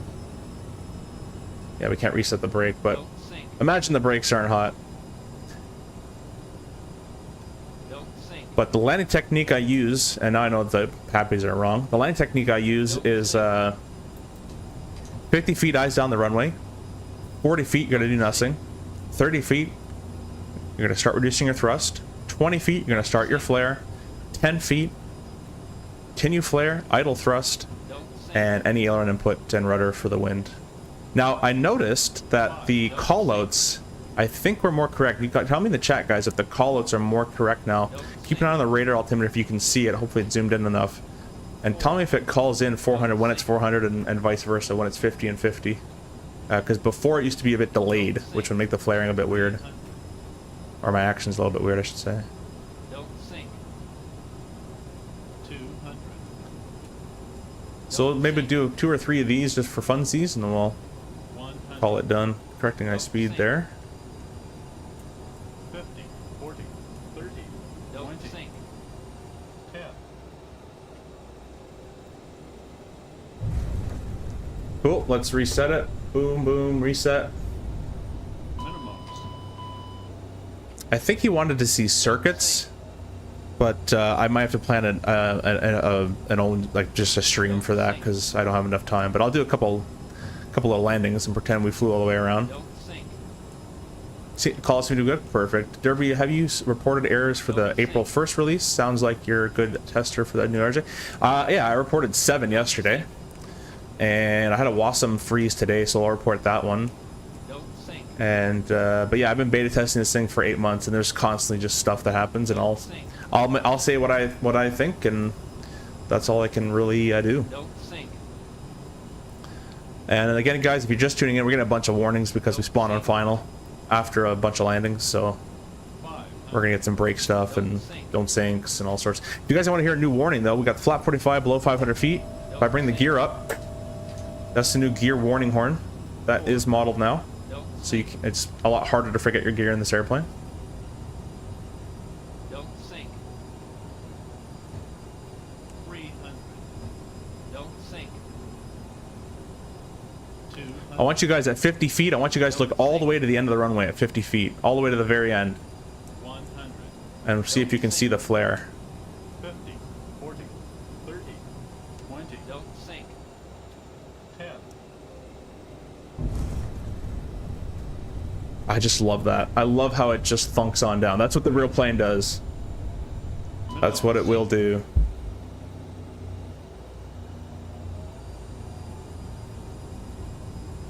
Alright, we'll call this the last one, and I'll, if you guys are in the Discord, I can't see, your name starts with an R, but I'll just @ you, and I'll send you the timestamp of this. He asked for some landings, so I'll just do a couple landings. This will be the last one. I can record the last one if you guys want to see it. or we can just call it a night. Up to you guys. He says, would love to see what the profiles look like for V1 cuts and single engine go-arounds. We could do that. There is an Aerosoft chart for it. I can't give you my company's procedures. However, there's only a few ways to fly the airplane. So, but you definitely have bring up the Aerosoft charts and show you those ones. 500. But it's basically you can identify some sort of problem. And you're already on the rotate. You'd be past V1, so rotate, gear up, speed mode set V2, heading mode the half bank, climb it away, keep the ball centered, engage up at 600 feet. Start retracting the flaps, and then passing level off, you'll start retracting the flaps. 200. Let me focus on this landing, and I'll do the rest of it here for you. Sync rate. 100. 50. 40. 30. 20. 10. Yeah, the callouts are definitely fixed now. They seem a lot better. Anyways, let me just do YY. There we go, we're stopped. What was I gonna say? Yeah, so you know, V1. Some people, some airlines say identify failure, malfunction, whatever. Max thrust, gear up, speed mode set V2, heading mode half bank. Engage the autopilot for 600 feet. The pilot flying is wrestling with it all the way up to 600 feet. Then the autopilot gets engaged. Passing level off height will accelerate to VT. Start retracting the flaps. And then once we hit VT, deselect the half bank. If it's a fire, we go right to the fire. We start fighting the fire. If it's just a failure, we'll select MCT, max continuous thrust, and then we'll do the checklist. So that's basically it. Kind of like a regular takeoff, just an extra few steps in there. Anyways, guys, I hope you guys enjoyed this. New look at the CRJ V2 once again. And I will tell Hans anything I found in this version. There's not too many bugs left. I mean, what I found was the Wasm freezes at the beginning. The holds still don't really work, but he knows about that.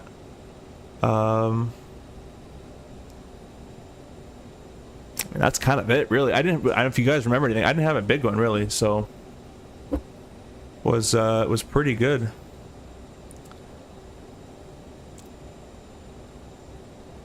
Oh, Isaac, yeah, pretty standard stuff. There's only a couple ways to fly a plane, right? Are you saying the altitude holds don't work? No, altitude hold works. Holds like a holding pattern, filling in a hold in the FMS doesn't really work all quite well.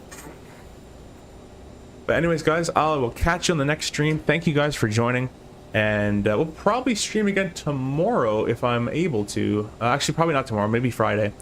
But anyways, have a good night, guys. Thanks for joining. Later.